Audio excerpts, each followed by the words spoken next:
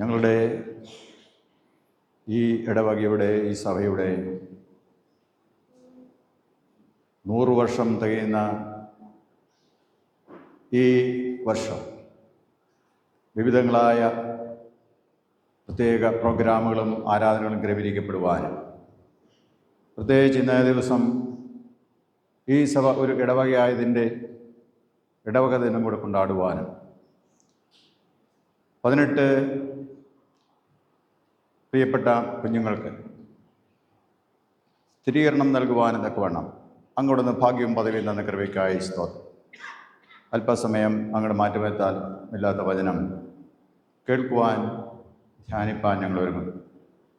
വചനം പറയുന്ന ബലഹീനനായ അടിയനെയും കേൾക്കുന്ന അവിടുത്തെ മക്കളെയും ഒരുപോലെ അവിടുന്ന് അനുഗ്രഹിക്കണം. അടിയൻ പറയുന്നതിനപ്പുറമായി അതിൻ്റെ ആഴങ്ങളെയും അർത്ഥങ്ങളെയും ഉൾക്കൊള്ളുവാൻ അവിടുത്തെ പരിശുദ്ധാത്മാവിനാൽ അങ്ങ് സഹായിക്കണം. മഹത്വം മാറ്റെടുക്കണമേ. യേശുവിൻ നാമത്തിൽ പ്രാർത്ഥിക്കുന്നത് ദയയോടെ കേൾക്കണമേ. ആമേൻ. എല്ലാവർക്കും ഇരിക്കും.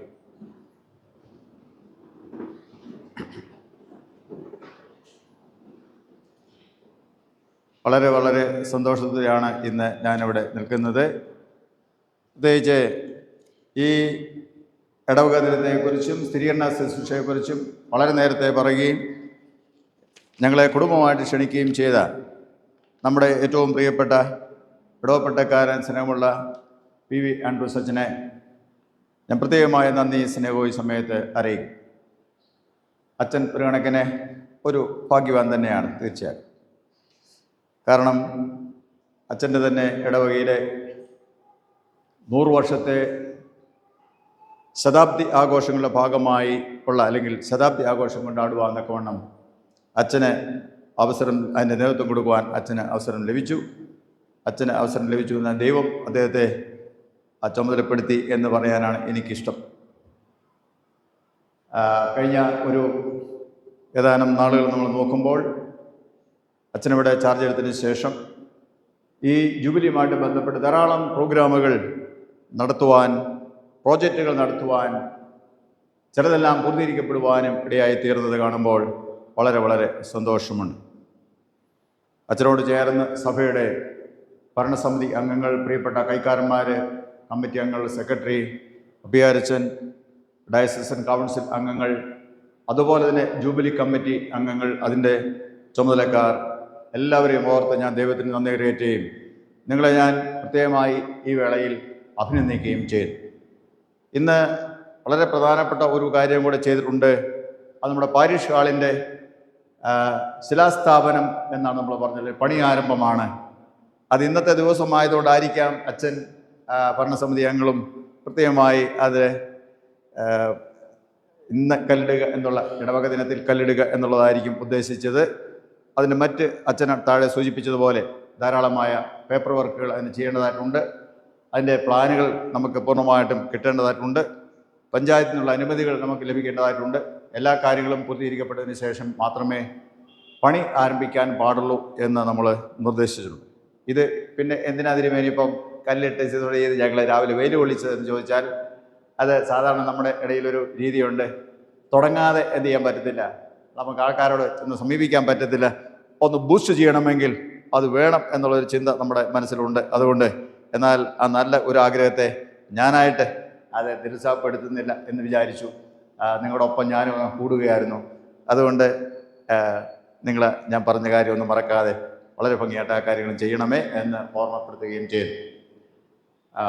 ഒരുപക്ഷെ ഇവിടെ കുറച്ച് മുമ്പ് നമ്മൾ നോക്കിയാൽ എത്രയും മനോഹരമായ സൈറ്റ് അവിടെ ഉണ്ടാകും എന്നൊരു പക്ഷേ നമ്മൾ ചിന്തിച്ചിരുന്നില്ല.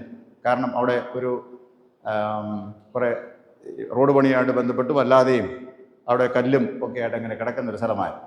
നമ്മൾ അത്രയും പണി ചെയ്ത് സൈറ്റ് ലെവലാക്കി കഴിഞ്ഞപ്പോൾ, അല്ലെങ്കിൽ ഇത്രയും പണി തീർന്നപ്പോൾ തന്നെ നമ്മൾ പഴയ സ്ഥലമാണോ എന്ന് ചിന്തിച്ചു പോയി. ഞാനിവിടെ നിന്ന് നോക്കി, ഞാൻ നേരത്തെ സെമിനാരിയിലേക്ക് പോകുന്ന വഴി ഏതാണെന്ന് ചോദിച്ചാണ് മനസ്സിലാക്കിയത്. കാരണം അത്രയും വ്യത്യാസമാണ് അവിടെ വന്നിരിക്കുന്നത്. തീർച്ചയായിട്ടും അത് വളരെ നല്ലൊരു സ്ഥലമാണ് നമുക്കത് ഉള്ളത്. 2 വശവും റോഡാണ്. 3 വശമെന്ന് പറയാമെങ്കിലും 2 വശവും പ്രധാനമായും റോഡാണ്. താഴത്തെ റോഡിന് അഭിമുഖമായി നമുക്ക് ഈ കെട്ടിടം പ്രയോജനപ്പെടുത്തുന്ന ആ രീതിയിൽ പ്ലാൻ തയ്യാറാക്കണമേ എന്ന് ഞാൻ പറയുകയാണ്. പ്ലാനൊന്നും ഞാൻ കണ്ടില്ല. അത് നിങ്ങളുടെ മനസ്സിൽ ഇരിക്കാൻ വേണ്ടി പറയുകയാണ്. ഒരു പാരിഷ് ഹാൾ മാത്രം എന്നുള്ള ചിന്ത വിട്ടിട്ട് ഒരു മൾട്ടിപ്പർപ്പസ് ആയിട്ടുള്ള ഒരു ഷോപ്പിംഗ് കോംപ്ലക്സ് ആയിട്ട് പോലെ താഴത്തെ വശം ഉപയോഗിക്കാൻ പാകത്തിന് അതിൻ്റെ ഡിസൈൻ ചെയ്യണമേ എന്ന് ഓർമ്മിക്കുന്നു. നിങ്ങൾ അത് നോക്കുക. ഒരുപക്ഷേ ഈ ജൂബിലി കമ്മിറ്റിയുടെ ഭാഗത്ത് അല്ലെങ്കിൽ അടുത്ത ഡിസംബറിന് മുമ്പ് എന്തെങ്കിലും ഒന്ന് ചെയ്യാം എന്നല്ല വിചാരിക്കേണ്ടത്. വളരെ കോൺക്രീറ്റ് ആയിട്ടുള്ള വളരെ ഒരു 50 വർഷം അല്ലെങ്കിൽ ഒരു 40 വർഷമെങ്കിലും മുൻകണ്ടുകൊണ്ടുള്ള ഒരു ബിൽഡിംഗ് ആയിരിക്കണം അവിടെ തീർക്കേണ്ടത്. പിന്നീട് വികസനങ്ങൾ നമുക്ക് പറ്റത്തില്ലല്ലോ. അതുകൊണ്ട് അതിനും കൂടെ നിങ്ങളൊന്ന് ശ്രദ്ധിക്കണമേ. ജൂബിലി കമ്മിറ്റി, ഇടവക കമ്മിറ്റിയും ശ്രദ്ധിക്കണമേ എന്ന് ഓർപ്പിക്കുകയും ചെയ്യുന്നു. സഭാ മക്കൾ നൽകുന്ന എല്ലാ പിന്തുണയ്ക്കും ഞാൻ ഈ സമയത്ത് നിങ്ങളോടും പ്രത്യേകിച്ച് നന്ദി പറയുകയും അതോടൊപ്പം അഭിനന്ദിക്കുകയും ചെയ്യുന്നു. മഹായിടവകയ്ക്ക് ഈ ഇടവകയിൽ നിന്ന് ലഭിക്കുന്ന എല്ലാവിധമായ സഹായ സഹകരണത്തിനും അതുപോലെ തന്നെ നേതൃത്വങ്ങളുമായി പ്രത്യേകമായി ഞാൻ ഈ സമയത്ത് നന്ദി അറിയിക്കട്ടെ. പൊതുപ്രവർത്തനങ്ങളിൽ നമ്മുടെ സഭാമക്കൾ മുന്നിട്ട് നിൽക്കുന്നത് കാണുന്നതിൽ അതിയായ സന്തോഷമുണ്ട്. ഇനിയും ധാരാളം ആളുകൾ വിവിധ മേഖലകളിൽ രാഷ്ട്രീയ സാമൂഹ്യ രംഗങ്ങളിൽ നിൽക്കുവാൻ തക്കവണ്ണം ദൈവം ഇടയാകട്ടെ എന്ന് ആശംസിക്കുകയും പ്രാർത്ഥിക്കുകയും ചെയ്യുന്നു. അഭിനന്യ തിരുമേനിയോടൊത്ത് ഒരിക്കൽ കൂടെ ശുശ്രൂഷയിൽ ഒരുമിച്ച് നിൽപ്പാൻ ഇടയാകുന്നതിൽ എനിക്ക് അതിയായ സന്തോഷമുണ്ട്. പ്രിയപ്പെട്ട ബെറ്റി കൊച്ചമ്മയും നമുക്ക് ഒരുമിച്ച് കുടുംബമായി ഈ സന്തോഷവേളയിൽ ഈ ഇടവക ദിനത്തിൽ വന്ന് പങ്കെടുക്കുന്നതിൽ ഞങ്ങൾക്ക് വളരെ വളരെ സന്തോഷമുണ്ട്. തിരുമേനിയും ഈ കാലഘട്ടങ്ങളിൽ നമ്മുടെ മഹാടയിലും അതുപോലെ തന്നെ കേരളത്തിലെ മറ്റ് പല മഹാടകളിലും അനേക ശുശ്രൂഷ ചെയ്യുവാൻ ദൈവം ഉപയോഗിച്ചുകൊണ്ടിരിക്കുന്നു. ദൈവം കൂടുതലായിട്ട് ശക്തിയിരിക്കുകയും ബലപ്പെടുത്തുകയും ചെയ്യട്ടെ എന്ന് ഞാൻ പ്രാർത്ഥിക്കുകയും ചെയ്യുന്നു. പ്രിയപ്പെട്ട ജോർജ് അച്ഛൻ, ഒജയ ജോർജ് അച്ഛനും ഞങ്ങൾക്ക് ഒരുമിച്ച് ശുശ്രൂഷ നിൽപ്പാൻ ഇടയാകുന്നതിൽ എനിക്ക് അതിയായ സന്തോഷമുണ്ട്. കാരണം എൻ്റെ ചെറുപ്പകാലങ്ങളിലുള്ള ആ ശുശ്രൂഷകൾ, ഞങ്ങളുടെ കൂട്ടായ്മ യോഗങ്ങൾ മുതൽ എനിക്ക് ഓർമ്മയുള്ള ഏതാനും ആളുകളിൽ ഒരാളാണ് പ്രിയമുള്ള ഒജയ ജോർജ് അച്ഛൻ. അന്ന് ഉപ്പുതോട് സഭയിലെ ശുശ്രൂഷ ചെയ്യുന്നത് ആ കാലം തൊട്ട് ഞാൻ ഈ സമയത്ത് ഓർക്കുന്നു. പ്രാർത്ഥനകൾക്കും കൂട്ടായ്മകൾക്കും വളരെ ശക്തമായ നേതൃത്വം അച്ഛനിലൂടെയും അന്ന് കൂടെ ഉണ്ടായിരുന്ന ദേവദാസന്മാരും കൂടെ കണ്ടത് ഞാൻ ഓർക്കുന്നു. അവരുടെ കൂടെ പോകുവാൻ ഇടയായത് ഞാൻ ഈ സമയത്ത് ഓർക്കുന്നു. ഇപ്പോഴും അച്ഛൻ മൗത്തുമേറിയ ശുശ്രൂഷയിൽ ഏർപ്പെട്ടിരിക്കുന്നു. പ്രിയപ്പെട്ട ആൻഡ്രൂസ് അച്ഛനും വളരെ ശക്തമായ സുവിശേഷ പ്രവർത്തനത്തിൻ്റെ ഒരാളാണ് അച്ഛനെ ഞാൻ ഓർക്കുന്നത് പ്രത്യേകിച്ച് നമ്മുടെ കണ്ണമ്പടി പ്രോജക്റ്റുമായിട്ട് ബന്ധപ്പെട്ടാണ്. കണ്ണമ്പടിയിൽ ദൈവത്തിൻ്റെ മഹത്വമേറിയ ശുശ്രൂഷകൾ ചെയ്യാൻ ഒരു സുവിശേഷകനായിട്ടല്ല, അവിടെ പ്രോജക്റ്റിൻ്റെ പ്രവർത്തനവുമായി ബന്ധപ്പെട്ട് ധാരാളം കാര്യങ്ങൾ ചെയ്യാനായിട്ട് സഭയ്ക്ക് ശക്തമായ നേതൃത്വം നൽകാനും അവിടെ ഒരു സഭ സ്ഥാപിതമാകുവാനും അച്ഛൻ്റെ പ്രവർത്തനങ്ങൾ മൂലമായി ഇടയായതും ഞാൻ സമയത്ത് ഓർക്കുന്നു. തുടർന്നും പല സന്ദർഭങ്ങളിൽ ഞങ്ങൾക്ക് ഒരുമിച്ച് ശുശ്രൂഷ ചെയ്യാൻ ഇടയായതും ഞാൻ സമയത്ത് നന്ദിയോടെ ഓർക്കും. പ്രിയപ്പെട്ട മൈക്സിൻ ജോൺ അച്ഛൻ്റെ ഇടവകയിൽ എനിക്ക് ശുശ്രൂഷ ചെയ്യാൻ ഇടയായത് ഞാൻ ഓർക്കുന്നു. പ്രത്യേകിച്ച് ഇപ്പോൾ ഞങ്ങൾക്ക് ഒരുമിച്ച് ശുശ്രൂഷ ചെയ്യാനും ഇടയായി തീർന്നിരിക്കുന്നു. നമ്മുടെ ദേവാലയത്തിൽ തന്നെ ഈ ഇടവകയിൽ തന്നെ നമ്മുടെ പ്രിയപ്പെട്ട ശുശ്രൂഷകർ ഉണ്ടല്ലോ. പ്രിയപ്പെട്ട എൻ്റെ എല്ലാ ശുശ്രൂഷരെ ഓർത്ത് ഞാൻ നന്ദി അർപ്പിക്കുന്നു. പ്രിയ ചാക്കോ ജോബ് സാറിനെയും ഓർത്ത് ഞാൻ ദൈവത്തിന് നന്ദി കരയറ്റും. എല്ലാവർക്കുമായി ഞാൻ ദൈവത്തിന് നന്ദി അർപ്പിക്കട്ടെ. ഒരിക്കൽ കൂടി കുടുംബമായി ഈ ഇടവക ദിനത്തിൽ എല്ലാവിധമായ ആശംസകളും നേരുകയും ചെയ്തു. ഇന്ന് സ്ഥിരീകരണമാണ് ഇന്നത്തെ പ്രധാനപ്പെട്ട ഒരു ശുശ്രൂഷ അല്ലേ. സ്ഥിരീകരണം എന്ന് പറഞ്ഞെന്താ? ഒറ്റ നിർബന്ധം എനിക്കുണ്ട്. ചോദ്യം ചോദിച്ചാൽ അന്നേരം എന്ത് ചെയ്യണം? ഉത്തരം പറഞ്ഞു. ചോദ്യം ചോദിച്ചാൽ ഉറക്കെ വെളിപ്പെടുന്ന ശബ്ദത്തിൽ ഉത്തരം പറഞ്ഞോണം. തെറ്റാണെങ്കിലും ശരി, ശരിയാണെങ്കിലും ശരി. ഓക്കെ, പറയുമോ? ഓക്കെ. അപ്പോൾ നിങ്ങൾ വളരെ ശ്രദ്ധയോടെ ഇരിക്കണം. ഇത് 9 മണിന്ന് വെച്ചത് എന്താണെന്ന് വെച്ചാൽ അച്ഛൻ പറഞ്ഞ് 8 മണിക്ക് വെച്ചാലും കുഴപ്പമില്ലെന്ന് പറഞ്ഞായിരുന്നു. ഞാൻ പറഞ്ഞു പിള്ളേർ ഭക്ഷണമൊക്കെ കഴിച്ച് മരുന്നടച്ച് വരട്ടെ എന്ന് പറഞ്ഞതാണ് കേട്ടോ. ഭക്ഷണമൊക്കെ കഴിച്ചിട്ടാണ് വന്നേക്കുന്നത്. ഓക്കെ, പേടിയൊന്നുമില്ലല്ലോ. മോൻ എത്ര വയസ്സാണ് കുട്ടാ? എത്ര വയസ്സായി? ഉറക്കെ പറഞ്ഞേ. 14 വയസ്സായോ? ഓക്കെ, എടുക്ക. ഞാൻ വന്നപ്പോഴേ ഓർത്ത് അവനോട് ഇന്ന് കുറേ ചോദ്യം ചോദിക്കണമെന്ന് ഓർത്താണ് ഞാൻ അവിടെ നിന്ന് പോകുന്നപ്പോൾ തൊട്ടിങ്ങനെ അവൻ്റെ മുഖം അവിടെ ഇരിക്കും. പേടിക്കണ്ട കേട്ടോ. ഓക്കെ, മോൻ പറഞ്ഞില്ലെങ്കിൽ ചേട്ടന്മാരെന്ത് ചെയ്തോളൂ പറഞ്ഞാൽ. നിങ്ങളെല്ലാവരെയും ഞാനും സ്വാഗതം ചെയ്യുന്നു.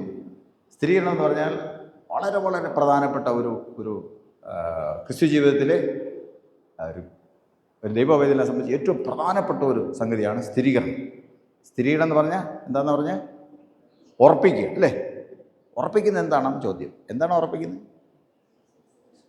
എല്ലാവരും ചേർന്ന് പറയുകയാണെങ്കിൽ എളുപ്പമുണ്ട്.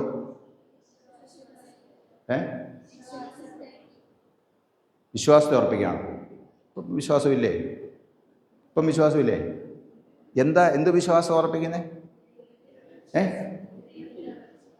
ദൈവത്തിലുള്ള വിശ്വാസം ഉറപ്പിക്കുന്നു. ഓക്കെ, ദൈവം ഉണ്ടെന്ന് നിങ്ങൾ വിശ്വസിക്കുന്നുണ്ടോ? ഉണ്ടോ? ദൈവം ഉണ്ടെന്ന് വിശ്വസിക്കുന്ന കൈവക്കിക്കേ. ദൈവം ഉണ്ടെന്ന് വിശ്വസിക്കുന്നത്.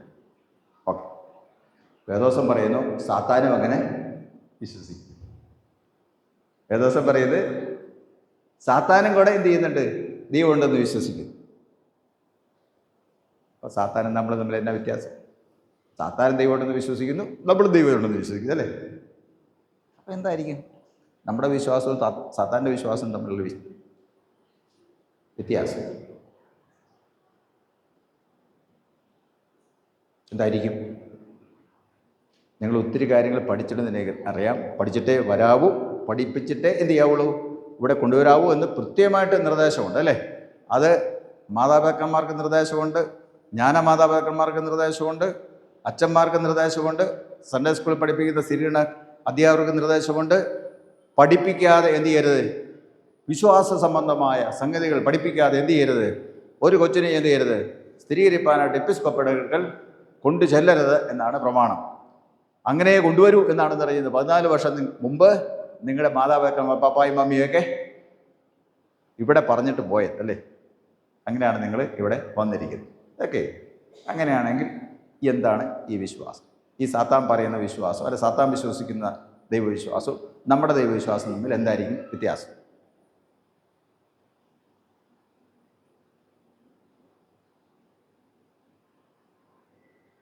അങ്ങനെയൊക്കെ ചുമ്മാ ചോദിച്ചാൽ തിരുമേനി ഞങ്ങൾ ചുറ്റിപ്പോകരുത്, അല്ലേ? കുറച്ചുകൂടെ കാര്യം പറയുന്നത്, സാത്താൻ ദൈവമുണ്ടെന്ന് വിശ്വസിക്കുകയും ആ ദൈവത്തിൻ്റെ പേര് കേൾക്കുമ്പോൾ തന്നെ എന്ത് ചെയ്യുന്നു? വിറയ്ക്കുകയും ചെയ്യുന്നവർ. വിറയ്ക്കുകയും ചെയ്യും. അപ്പോൾ ആർക്കാ കൂടുതൽ വിശ്വാസം? നമുക്കാണോ സാത്താനാണോ?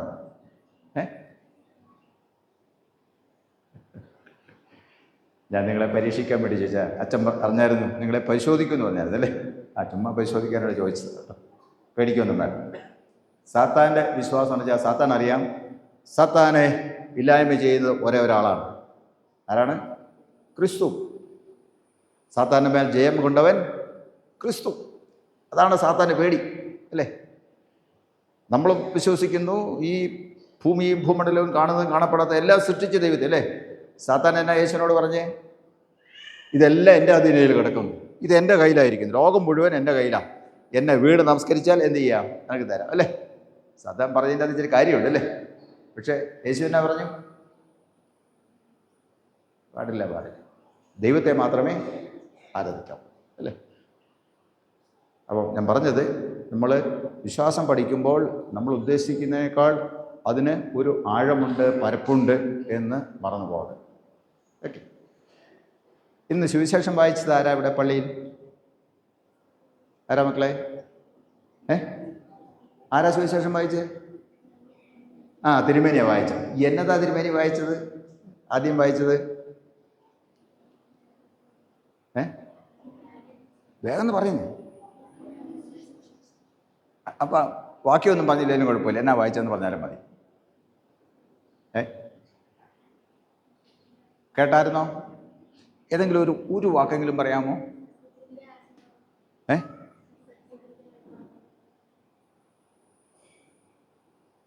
സത്യത്തിൻ്റെ ആത്മാവെന്നാണ് വായിച്ചത്. നിങ്ങൾ ഓർക്കുന്നുണ്ടോ? എന്താ തിരുമേനി വായിച്ചത്? ഒത്തിരി വാക്യങ്ങളൊന്നും വായിച്ചില്ല, വളരെ ചുരുക്കമായുള്ളത്, അല്ലേ? വിശുദ്ധ യോഹന്നാൻ എഴുതിയ സുവിശേഷം 14 അധ്യായം 15, 16, 17 വാക്യങ്ങളെ വായിച്ചു, അല്ലേ? എന്തെങ്കിലും ഓർക്കുന്നുണ്ടോ അതിൽ നിന്ന് പറയാനായിട്ട്? ഇല്ലല്ലേ? ഇതാണ് പറഞ്ഞത്, നിങ്ങൾ എന്നെ സ്നേഹിക്കുന്നുവെങ്കിൽ എൻ്റെ കൽപ്പനകളെ കാത്തു. അതാണ് 14, 15. എന്നോട് പറഞ്ഞേ, നിങ്ങൾ എന്നെ സ്നേഹിക്കുന്നുവെങ്കിൽ എൻ്റെ കൽപ്പനകളെ കാത്തുകൊള്ളും. നിങ്ങൾ എല്ലാവരും ചേർന്നെന്ന് പറഞ്ഞേ, ഉറക്കെ പറഞ്ഞേ. മോൻ പറഞ്ഞില്ലല്ലോ, ഉറക്കെ പറഞ്ഞേ, ചേർന്ന് പറഞ്ഞേ, പറഞ്ഞേ. 1 2 3 പറഞ്ഞു. അത് ഈ സൺഡേ സ്കൂളുകാരുടെയും BBC കാരുടെയും കുഴപ്പമാണ്. 1 2 3 പറഞ്ഞാലേ എന്ത് ചെയ്തുള്ളൂ പിള്ളേർ പറയുന്നത്. റെഫറൻസ് ഏതാ? യോഹന്നാൻ 14:15. യോഹന്നാൻ 14:15. നമ്മൾ കൃത്യമായിട്ട് പറഞ്ഞാൽ വിശുദ്ധ യോഹന്നാൻ എഴുതി സുവിശേഷം 14-ാം അധ്യായം 15-ാം വാക്യം അല്ലേ. നമ്മൾ എളുപ്പമെന്ന് യോഹന്നാൻ 14:15 എന്ന് പറയും അല്ലേ. റെഫറൻസ് മറന്നു പോകരുത്, വാക്യം മറന്നു പോകരുത്. നിങ്ങൾ എന്നെ സ്നേഹിക്കുന്നുവെങ്കിൽ എൻ്റെ കൽപ്പനകളെ കാത്തുകൊള്ളു. ഉറക്കെ ഒന്നുകൂടെ പറഞ്ഞേ, ഒന്നുകൂടെ പറഞ്ഞേ. കൽപ്പന കാത്തുകൊള്ളുക എന്ന് പറഞ്ഞാൽ എൻ്റെ അർത്ഥം കൽപ്പനയെല്ലാം കൂടെ എഴുതി ഒരു 10 മണി വായിൻ്റെ അകത്ത് വെച്ച് കൈപ്പിടിച്ച് നടക്കുന്നതാണോ? അതാണോ? എന്താണ് എൻ്റെ അർത്ഥം? കൽപ്പന കാത്തുകൊള്ളും. കൽപ്പന കാക്കുക എന്ന് പറഞ്ഞാൽ അനുസരിക്കുക. കൽപ്പന അനുസരിപ്പാൻ എന്ത് ചെയ്യണം? സഹായിക്കണമെന്നാണ്. അനുസരിക്കുന്നുവെങ്കിൽ എന്നാണ് കൽപ്പന കാത്തുകൊള്ളുക എന്ന് പറഞ്ഞാൽ നമ്മുടെ ദൈനംദിന ജീവിതത്തിൽ കൽപ്പനകളനുസരിച്ച് ജീവിക്കുക എന്നാണ് ആ വാക്കിൻ്റെ അർത്ഥം. ഓക്കെ, ആരാ അങ്ങനെ ചെയ്യുന്നതെന്നാണ് പറഞ്ഞേ? നിങ്ങൾ യേശുവിനെ സ്നേഹിക്കുന്നുവെങ്കിൽ, ദൈവത്തെ സ്നേഹിക്കുന്നുവെങ്കിൽ എന്തു ചെയ്യും? ദൈവത്തിൻ്റെ കൽപ്പനകൾ എന്തു ചെയ്യും? കാത്തുകൊള്ളും. ദൈവത്തിൻ്റെ കൽപ്പന വല്ലതും നിങ്ങൾക്കറിയാമോ?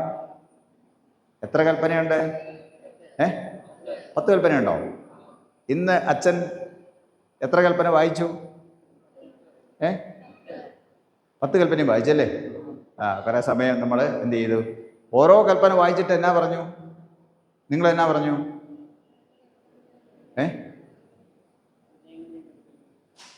പറഞ്ഞേ, നിങ്ങളിപ്പോൾ പറഞ്ഞതാ. ഓരോ കൽപ്പന വായിച്ചു കഴിഞ്ഞപ്പോൾ നിങ്ങൾ എന്നാ പ്രതിവാക്യം പറഞ്ഞേ? ഓക്കെ, പ്രതിവാക്യം പറയാത്തവരെന്ന് കൈവക്കിക്കേ. അത് പറഞ്ഞപ്പം പ്രതിവാക്യം പറയാഞ്ഞവരെ കൈവക്കിക്കേ. എല്ലാവരും പറഞ്ഞോ? എന്നാൽ പിന്നെ പറഞ്ഞേ. മോനെന്ന് പറഞ്ഞു, കേട്ടില്ല. എന്നാ പറഞ്ഞവര്? നീ കേട്ടല്ലോ, അവിടെ അടുത്തല്ലേ ഇരിക്കുന്നത്. എന്നാ പറഞ്ഞവര്? എന്നാ പറഞ്ഞേ? അടുത്തിരിക്കുന്ന ആൾക്കൊണ്ട് പറയാം. എന്നാ പറഞ്ഞേ? ഇവരെന്നാ പറഞ്ഞാന്നാ ചോദിച്ചേ? ഇപ്പം പറഞ്ഞേ. ഓക്കെ, പുറകെ ഇരിക്കുന്നവരൊക്കെ ഇവരെന്നാ പറഞ്ഞേ? ഇപ്പം ഞാൻ പറയുന്നത് കേൾക്കാമല്ലോ അല്ലേ? മൈക്ക് നിങ്ങൾ ശബ്ദം കേൾക്കാമല്ലോ അല്ല? ഇവർക്ക് നിങ്ങൾക്ക് കേൾക്കാമോ? ഒരു സ്ത്രീ അനസ്തേഷ്യ ചെന്നപ്പോൾ ഞാനിങ്ങനെ ചോദിച്ചു, പിള്ളേരൊന്നും ഉത്തരം പറയുന്നില്ല. അവസാനമാണ് മനസ്സിലായത് ഞാൻ പറയുന്നതെല്ലാം അങ്ങ് പുറത്തേക്ക് പോവാണ്, പിള്ളേർക്കൊന്നും കേൾക്കത്തില്ല. അതുകൊണ്ടാണ് പിള്ളേർ മറുപടി പറയാതിരുന്നതെന്ന് പറയുണ്ടായി. ഓക്കെ, കേൾക്കാമല്ലോ? ഓക്കെ, ഓരോ കൽപ്പനയും വായിച്ചിട്ട് നിങ്ങൾ പറഞ്ഞു, ഈ കൽപ്പനയെ കാപ്പാൻ ഞങ്ങളുടെ ഹൃദയങ്ങളെ വണക്കണം അല്ലേ? അല്ല, ഒന്നാമത്തെ പ്രതിവാക്യം പറയുന്ന ആൾക്കാർ ഗായസംഘക്കാരാണ് അല്ലേ? ഓക്കെ, പിന്നെ എല്ലാവരും കൂടി പറയാം. 10 പ്രാവശ്യം പറഞ്ഞു. അച്ഛൻ എന്നോട് വന്ന് പ്രത്യേകിച്ച് പെർമിഷൻ എടുത്തുകൊണ്ടാണ് എന്ത് ചെയ്ത് പോയത്. തിരുമേനി 10 എണ്ണം വായിക്കണോ തിരുമേനി? എന്ന് വെച്ചാൽ ധൈര്യമായിട്ട് എന്ത് ചെയ്തു? വായിച്ചു അല്ലേ? 9 മണിക്കൊന്ന് ഉറങ്ങണമെന്ന് പറഞ്ഞിട്ട് 9-9:15 നമ്മൾ താഴോട്ട് പോയത്. അവിടുന്ന് പിന്നെ ഇവിടെയും വന്നു. ആൾക്കാർ രാവിലെ ഭക്ഷണമൊക്കെ കഴിച്ച് വന്ന് ഒത്തിരി വിശക്കും, നേരം പോകും. CSIക്കാർ പ്രതയെ എന്താണ് ചുരുക്കക്കാരാണ്. തിരുമേനി അതുകൊണ്ട് ചുരുക്കം വായിച്ചാൽ പോരെ എന്നുള്ള അർത്ഥത്തിലാണ് അച്ഛനോട് ഞാൻ പറഞ്ഞു, വേണ്ട മുഴുവൻ വായിച്ചോളാം അല്ലേ? അങ്ങനെ നിങ്ങൾക്ക് 10 കൽപ്പനയും കേൾക്കാനായിട്ട് അവസരം കിട്ടി അല്ലേ? 10 കൽപ്പനകൾ നമ്മൾ വായിച്ചപ്പോൾ എന്നാ പറയുന്നു? ഈ കൽപ്പന അനുസരിപ്പാൻ ഞങ്ങളെ ഹൃദയങ്ങളെ വണക്കണം. ഓക്കെ, ദൈവത്തെ സ്നേഹിക്കുക. നിങ്ങൾ എന്നെ സ്നേഹിക്കുന്നുവെങ്കിൽ എന്തു ചെയ്യും? എന്തു ചെയ്യും? എല്ലാവരും കൃത്യമായിട്ട് ഇവിടെ തന്നെ ഉണ്ടായിരിക്കണം കേട്ടോ. അങ്ങോട്ടും ഇങ്ങോട്ടും ഓർത്തിരിക്കേണ്ടത് കേട്ടോ, ദയവായിട്ട്. അല്ലെങ്കിൽ അതൊരു എൻ്റെ ഒരു ബ്ലെസ്സിങ് എന്ത് ചെയ്തില്ല, കേട്ടത്. വളരെ ശ്രദ്ധയോടെ നിങ്ങളിരിക്കണം. ഞാൻ പറയുന്നത് കൃത്യമായിട്ട് എന്ത് ചെയ്യണം? ശ്രദ്ധയോടെ കേട്ടിരിക്കണം. ഓക്കെ, 10 കൽപ്പനകൾ നമ്മൾ ഇന്ന് ഓരോന്നോരോന്ന് വായിച്ച് അതനുസരിപ്പാനുള്ള കൃപ തരണമേ എന്ന് പറഞ്ഞ് എന്ത് ചെയ്തു? ദൈവത്തോട് നമ്മൾ പ്രാർത്ഥിച്ചു അല്ലേ? ഇവിടെ സുവിശേഷം വാക്യത്തിൽ വിശുദ്ധ യോഹന്നാന്റെ സുവിശേഷം 14-15 വാക്യം വായിക്കുമ്പോൾ അവിടെ പറഞ്ഞിരിക്കുന്നു, യേശു പറഞ്ഞു, നിങ്ങൾ എന്നെ സ്നേഹിക്കുന്നുവെങ്കിൽ എൻ്റെ കൽപ്പനകളെ കാത്തുകൊള്ളും എന്ന് പറഞ്ഞു അല്ലേ? കൽപ്പനകളെ കാക്കുക എന്ന് പറഞ്ഞാൽ കൽപ്പനകളെ അനുസരിക്കുക എന്നാണ്. ഞാൻ അത് കുറച്ചുകൂടെ എന്ത് ചെയ്തു? വിശദമാക്കി പറഞ്ഞു. ഓക്കെ, അങ്ങനെയാണെങ്കിൽ ഈ 10 കൽപ്പനകളും എന്തിനു വേണ്ടിയുള്ളതാണ്? ദൈവത്തെ സ്നേഹിക്കുന്ന, നിങ്ങൾ പറഞ്ഞു മുമ്പേ പറഞ്ഞു, ദൈവത്തെ ഞങ്ങളെല്ലാവരും എന്ത് ചെയ്യുന്നുണ്ട്? സ്നേഹിക്കുന്നുണ്ട്, വിശ്വസിക്കുന്നുണ്ടെന്ന് പറഞ്ഞു. അപ്പോൾ ദൈവത്തെ സ്നേഹിക്കുകയും ദൈവത്തിൽ വിശ്വസിക്കുകയും ചെയ്യുന്ന ആൾക്കാർ, അവർക്കനുസരിക്കാൻ വേണ്ടിയുള്ളതാണ് ഏത്? 10 കൽപ്പനകൾ. 10 കൽപ്പന അറിയാവുന്നവരെ കൈപൊക്കിക്ക്. 10 കൽപ്പന അറിയാവുന്നവരെ, 10 കൽപ്പന അറിയാവുന്നവരെ. താടിക്കൊന്നും ചൊറിഞ്ഞിട്ട് കാര്യമില്ല. കൈ പൊക്കണമെന്ന് പറഞ്ഞാൽ കൈ പൊക്കണമെന്ന് തന്നെയാണ് കേട്ടോ. സത്യം മാത്രം പറയാവുള്ളൂ. 10 അറിയാമെങ്കിൽ മാത്രമേ എന്ത് ചെയ്യാവുള്ളൂ? കൈപ്പൊക്കാം. 9 അറിയാമെങ്കിൽ എന്ത് ചെയ്യരുത്? 10 പറയുമ്പോൾ കൈപ്പൊക്കരുത്. ഓക്കെ, ഒന്നുകൂടെ കൈപ്പൊക്കിക്ക്. 10 കൽപ്പനകളും അറിയാവുന്നവരെ കൈപ്പൊക്കിക്ക്. അല്ലാത്തവർക്ക് പിന്നീട് അവസരം തരുന്നുണ്ടേ. അതുകൊണ്ട് അങ്ങനെ കൈപ്പൊക്കിയില്ലെങ്കിൽ മോശമാണല്ലോ എന്ന് വിചാരിക്കേണ്ടതില്ല. ഓക്കെ, ഇതാതില്ല. 9 അറിയാവുന്നവരെ കൈപ്പൊക്കിക്കോ. 9. 8 അറിയാവുന്നവരെ കൈപ്പൊക്കിക്ക്. 8 കൽപ്പന പോട്ടെ. 5 കൽപ്പന, അങ്ങനെ ക്രമം നോക്കണ്ട. 5 കൽപ്പന എനിക്ക് കൃത്യമായിട്ട് അറിയാം. അങ്ങനെയുള്ളൊരു കൈപ്പൊക്കിക്ക്. 5. ഒന്നും അറിയത്തില്ല, കൈപ്പൊക്കാതിരിക്കാനൊന്നും പറ്റത്തില്ല കേട്ടോ. എല്ലാവരും ഇത് എഴുതിയിരിക്കാനോട് ഞാൻ പറയും. ഓക്കെ, 5 കൽപ്പന കൃത്യമായിട്ട് അറിയാം. അങ്ങനെയുള്ളത് കൈപ്പൊക്കിക്ക്. ഓക്കെ, 10 അറിയത്തില്ലാത്തവർ കൈപ്പൊക്കിക്ക്. ഇപ്പം മുമ്പേ കൈപ്പൊക്കാതിരുന്നവരാരാ? പൊക്കിക്ക്. അതാ പറഞ്ഞു, ഞാൻ പറയുന്നത് കേൾക്കുന്നുണ്ടോ എന്ന് ശ്രദ്ധിക്കും. അങ്ങനെ നമ്മൾ ഓഫ് മൈൻഡായിട്ട് എന്ത് ചെയ്യരുത്? ദയവായിട്ട് ഇരിക്കരുത് കേട്ടോ. ശ്രദ്ധയോടെ ഇരിക്കണം.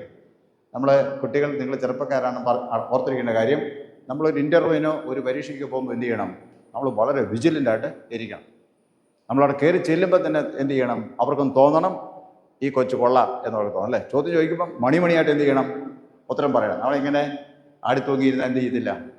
അവർ പറയും, ഈ ആൾ ഈ ജോലിക്ക് കൊള്ളത്തില്ല. പ്രത്യേകം ചോദ്യമൊന്നും ചോദിക്കരുത്. അപ്പോൾ തെറ്റാണെങ്കിലും ശരിയാണ്, എന്ത് ചെയ്യണം? നല്ല ബോൾഡായിട്ട് എന്ത് ചെയ്യണം? നമ്മൾ മറുപടി പറയും. നമ്മുടെ ഇരിപ്പ്, നമ്മുടെ ശ്രദ്ധ, നമ്മുടെ ഒരു ഈഗർനെസ് എന്ന് പറയും, കാര്യങ്ങൾ ഗ്രഹിക്കാനുള്ള ഒരു താല്പര്യം എല്ലാം നമുക്കുണ്ടായിരിക്കണം. നമ്മൾ കുട്ടികളാണ്, പ്രത്യേകിച്ച് നമ്മൾ ഓർത്തണം. ഓക്കെ, 10 കൽപ്പന അറിയത്തില്ലാത്ത കുറച്ച് പിള്ളേരുണ്ട് കേട്ടോ. ഇപ്പോൾ 10 കൽപ്പന എന്ത് ചെയ്യണം? നിങ്ങൾ നിർബന്ധമായിട്ട് എന്ത് ചെയ്യണം? പഠിക്കണം. പഠിച്ചാൽ മാത്രമേ എന്ത് ചെയ്യാൻ പറ്റത്തുള്ളൂ? ദൈവത്തെ സ്നേഹിക്കാനായിട്ട് പറ്റത്തുള്ളൂ. കേട്ടല്ലോ? ദൈവത്തെ സ്നേഹിക്കുന്നവർ എന്ത് ചെയ്യുമെന്നാണ് പറഞ്ഞേ? ദൈവത്തെ സ്നേഹിക്കുന്നവർ എന്ത് ചെയ്യും? ഓർക്കെ പറഞ്ഞേ. ദൈവത്തെ സ്നേഹിക്കുന്നവർ കൽപ്പനകളെ കാത്തും. കൽപ്പന ഇവിടെ എന്ത് ചെയ്തിരിക്കുന്നു? കൃത്യമായിട്ട് എണ്ണി പറഞ്ഞിരിക്കുകയാണ്. 10 അല്ലേ? 10 കൽപ്പനകൾ പറഞ്ഞിരിക്കുകയാണ്. എന്നെ സ്നേഹിക്കുന്നവർ, ദൈവത്തെ സ്നേഹിക്കുന്നവർ എന്ത് ചെയ്യും? ഈ 10 കൽപ്പനകളും അനുസരിക്കും. ഓക്കെ, 8 അറിയാത്തവർക്ക് എന്ത് ചെയ്യാൻ പറ്റത്തില്ല? അവർക്ക് 2 കൽപ്പന അറിയത്തില്ല. അതുകൊണ്ട് എന്ത് ചെയ്തില്ല? അവർക്ക് അത് അനുസരിക്കാൻ പറ്റും. അതുകൊണ്ടാണ് കൽപ്പനയെല്ലാം പഠിക്കണമെന്ന് പറയുന്നത് കേട്ടോ. കൽപ്പന പഠിച്ചോണം കേട്ടോ. കൽപ്പന പഠിച്ചിട്ടില്ലാത്തവർ പഠിക്കണം. ഉറപ്പില്ലാത്തവർ എന്ത് ചെയ്യണം? അത് പഠിച്ചോണം. 10 കൽപ്പനകളും പഠിച്ചോണം. ഓക്കെ, ഈ കൽപ്പന എവിടെയാ ആദ്യം കാണുന്നത്? വേദവസ്തു താഴത്തെ നിരക്കാർ പറയാം, അവർക്ക് ചാൻസ് കൊടുക്കണം. 10 കൽപ്പന വേദപുസ്തകത്തിൽ എവിടെയാണ് ആദ്യം രേഖപ്പെടുത്തിയിരിക്കുന്നത്? മോനെ, രണ്ടാമതിരിക്കുന്ന ആൾ, 10 കൽപ്പന എവിടെയാണ് ആദ്യം രേഖപ്പെടുത്തിയിരിക്കുന്നത്? ഓർക്കുന്നുണ്ടോ? വേദപുസ്തകത്തിൽ ആദ്യമാണ് എവിടെ രേഖപ്പെടുത്തിയിരിക്കുന്നത്? ഏത് പുസ്തകത്തിലാണ്? ഏത് പുസ്തകം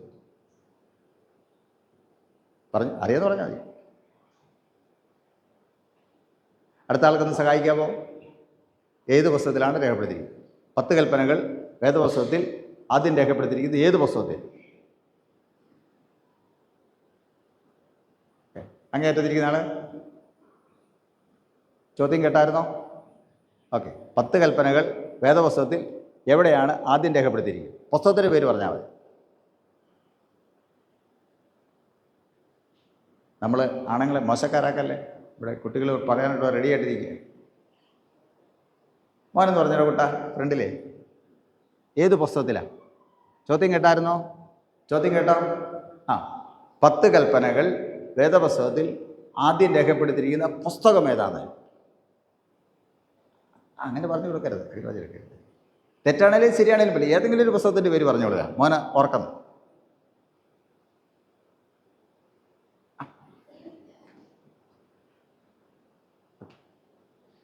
ഇനി ആരോടും ചോദിക്കുന്നില്ല. പുറപ്പാട് പുസ്തകത്തിലാണ് രേഖപ്പെടുത്തിയിരിക്കുന്നത്. ഈ കുഞ്ഞുങ്ങളുടെ മാതാപിതാക്കന്മാരുടെ കൈവക്കിക്ക് മാതാപിതാക്കന്മാർ സ്ഥിരീകരണ കുട്ടികളെ മാതാപിതാക്കന്മാരെന്ന് കൈപൊക്കിക്കേ. ഇവിടെ വന്നിട്ടുള്ളവരെ ഓക്കെ, കൈതാത്തിട്ടോ. ജ്ഞാന മാതാപിതാക്കന്മാരെന്ന് കൈപൊക്കിക്കേ. ജ്ഞാന മാതാപിതാക്കന്മാർ ഓക്കെ. ഇവരെ സ്ഥിരീകരണ ക്ലാസ് പഠിപ്പിച്ച ടീച്ചേഴ്സ് വല്ലവരും ഉണ്ടോ ഇവിടെ? ഇവിടെയോ എവിടെയെങ്കിലും? ഈ കൂട്ടത്തിൽ പിള്ളേർ വേണമെന്നില്ല. സ്ഥിരീകരണ ക്ലാസ് എടുത്തിട്ടുള്ള ആരെങ്കിലും ഉണ്ട്? അവർക്കും കൈപൊക്കാം. അച്ഛന്മാരുടെ കൈപൊക്കാൻ ഞാൻ പറയുന്നില്ല, സാറന്മാരോടും പറയത്തില്ല. ഓക്കെ, കൈപൊക്കാൻ പറഞ്ഞതിൻ്റെ കാര്യം നിങ്ങളെ ഞാൻ അഭിനന്ദിക്കുന്നു. കാരണം നിങ്ങൾ ഇത്രയും പേര് ഇവിടെ ഈ കാര്യം കേൾക്കാൻ സാക്ഷികളായിട്ട് ഉണ്ടല്ലോ എന്നുള്ളതാണ്. ഓക്കെ, വളരെ സന്തോഷം. കൈതാത്തിട്ടോ.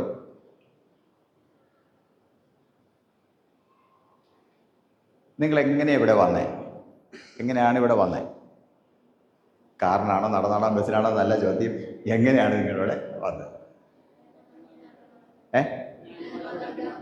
ഓക്കെ, പറഞ്ഞു. ബാക്കി ഇങ്ങോട്ട് പറഞ്ഞു. ബാക്കി പറഞ്ഞേ. പൊരിപ്പിക്കുന്ന പരിപാടി എനിക്കില്ല, നിങ്ങൾ പറയണം മൊത്തം.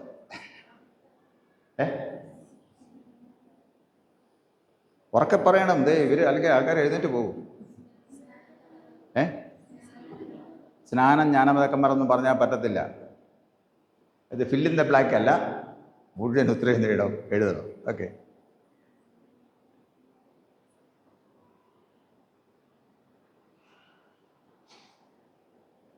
എന്താണ്? ഞാൻ തന്നെ പറയാം. നിങ്ങളെല്ലാവരും കുഞ്ഞുങ്ങളായിരുന്നപ്പോൾ സ്നാനപ്പെട്ടവരാണോ? പ്രായമായിട്ട് സ്നാനപ്പെട്ട ആരെങ്കിലും ഉണ്ടോ ഈ കൂട്ടത്തിൽ? ഉണ്ടോ? ചെറുപ്രായത്തിൽ സ്നാനപ്പെട്ടവരല്ലേ എല്ലാവരും? ഓക്കെ, നമ്മൾ സാധാരണ മോൻ പറഞ്ഞതുപോലെ 14 വയസ്സാണ് നമ്മൾ സാധാരണ സ്ഥിരീകരണത്തിന് ചേർക്കുന്ന പ്രായം. 14 വയസ്സാണ് സ്ഥിരീകരണത്തിന് ചേർക്കുന്ന പ്രായം. അപ്പം സ്നാന സമയത്ത്, നിങ്ങളുടെ ബപ്തിസ്മ സമയത്ത് നിങ്ങളുടെ ജ്ഞാനമാതാക്കന്മാർ നിങ്ങൾക്ക് വേണ്ടി ചില പ്രതിജ്ഞകൾ എന്ത് ചെയ്തിട്ടുണ്ട്? എടുത്തിട്ടുണ്ട്. ആ പ്രതിജ്ഞകൾ എന്താണെന്ന് നമ്മൾ സ്വന്തമായിട്ട് പഠിക്കുകയും ആ പഠിച്ചതിന് ശേഷം ആ പ്രതിജ്ഞകൾ, ആ തീരുമാനങ്ങൾ നിങ്ങൾ സ്വയമായിട്ട് ഏറ്റെടുക്കുകയും ചെയ്യുന്ന അവസരമാണ് ഈ സ്ഥിരീകരണത്തിൻ്റെ പ്രധാനപ്പെട്ട ഒരു കാര്യമെന്ന് പറയുന്നത്. അപ്പോൾ എന്താണ് അവർ സ്നാന സമയത്ത് നിങ്ങൾക്ക് വേണ്ടി എടുത്ത പ്രതിജ്ഞകളെന്ന് നിങ്ങൾ പഠിക്കണം. അത് നിങ്ങൾ എന്ത് ചെയ്യുന്നു? നിങ്ങൾ ഇന്ന് സ്വയമായിട്ട് ഏറ്റെടുക്കുകയാണ് ചെയ്യുന്നത്, അല്ലേ? അപ്പോൾ ഇതുവരെ നിങ്ങൾ എന്ത് ചെയ്തില്ല, അങ്ങനെ സ്വയമായിട്ട് എന്ത് ചെയ്തിട്ടില്ല, ഒരു തീരുമാനം എടുത്തിട്ടില്ല. അപ്പോൾ തീരുമാനം എടുക്കുന്ന ദിവസമാണെന്ന്, അതിനാണ് സ്ഥിരീകരിക്കുക എന്ന് പറയുന്നത്. നമ്മൾ ക്രിസ്തുവിശ്വാസത്തെ സംബന്ധമായിട്ടുള്ള, ദൈവവിശ്വാസ സംബന്ധമായ, കൽപ്പനകൾ സംബന്ധമായ, ക്രിസ്തു ജീവിത സംബന്ധമായ കാര്യങ്ങളെക്കുറിച്ച് വളരെ കൃത്യമായിട്ട് പഠിച്ചതിന് ശേഷം എന്ത് ചെയ്യുന്നു? നമ്മൾ ആ തീരുമാനം സ്വയമായിട്ട് നമ്മൾ എടുക്കുകയാണ്. അതിന്ന് എന്ത് ചെയ്യുന്നു? അത് ദൈവസേനയിൽ നിങ്ങൾ ഏറ്റുപറയുകയാണ്, ഉറപ്പിച്ച് പറയുകയാണ്. ഇനി നിങ്ങളെ ആർക്കും എന്ത് ചെയ്യാൻ പറ്റത്തില്ല? ക്രിസ്തുവിശ്വാസത്തിൽ നിന്ന് നിങ്ങളെ പിന്തിരിപ്പിക്കാൻ പറ്റത്തില്ല. പറ്റുമോ? പഠിച്ചാലേ പറ്റത്തുള്ളൂ, അല്ലേ? പഠിച്ചാലേ പറ്റത്തുള്ളൂ. അതാണ് എൻ്റെ പ്രാധാന്യം. ഞാൻ ഒന്നുകൂടെ പറയാം. നിങ്ങളെ 14 വർഷം മുമ്പ് നിങ്ങൾ തീരെ കുഞ്ഞുങ്ങളായിരുന്നു, അല്ലേ? തീരെ കുഞ്ഞുങ്ങളായിരുന്നു. നിങ്ങളുടെ പപ്പായും മമ്മിയും ഡാഡിയും മമ്മിയും ഒക്കെ എന്ത് ചെയ്തു? കുറേ ആൾക്കാരെല്ലാം കൂടെ ഇവിടെ വന്നു. നിങ്ങളെ അവിടെ പ്രധാന വാതിലിന് അവിടെ വെച്ച് നിങ്ങളെ സ്നാനപ്പെടുത്തിയിട്ട് എന്ത് ചെയ്തു? സ്നാനപ്പെടുമ്പോൾ എന്നാ സംഭവിക്കുന്നതെന്നാണ് പറഞ്ഞ്? നിങ്ങൾ ബപ്തിസപ്പെടുമ്പോൾ നിങ്ങൾ വ്യത്യാസങ്ങളൊക്കെ വരുന്നുണ്ടെന്നാണ് പഠിച്ചത്, അല്ലേ? എന്നാ വ്യത്യാസം വരുന്നേ? പറഞ്ഞേ. സ്നാനപ്പെടുമ്പോൾ നമുക്ക് വരുന്ന വ്യത്യാസങ്ങൾ എന്താണ്? സ്നാനപ്പെടാൻ ഞങ്ങൾ കുഞ്ഞല്ലായിരുന്നു, ഞങ്ങൾക്ക് എന്നാ വ്യത്യാസം ഞങ്ങൾക്ക് അറിയത്തില്ലല്ലോ. തിരുമേനി ഇങ്ങനെയൊക്കെ ചോദിച്ചു, അല്ലേ? ഒരുപക്ഷെ ഞാൻ ചോദ്യം നിങ്ങൾക്ക് മനസ്സിലാകുന്നുണ്ടായിരിക്കാം. സ്നാനപ്പെട്ട് കഴിഞ്ഞപ്പോൾ നമ്മൾ ആരായി തീർന്നു? കേട്ടില്ല? സ്നാനപ്പെട്ടപ്പോൾ നിങ്ങൾ ആരായി തീർന്നു?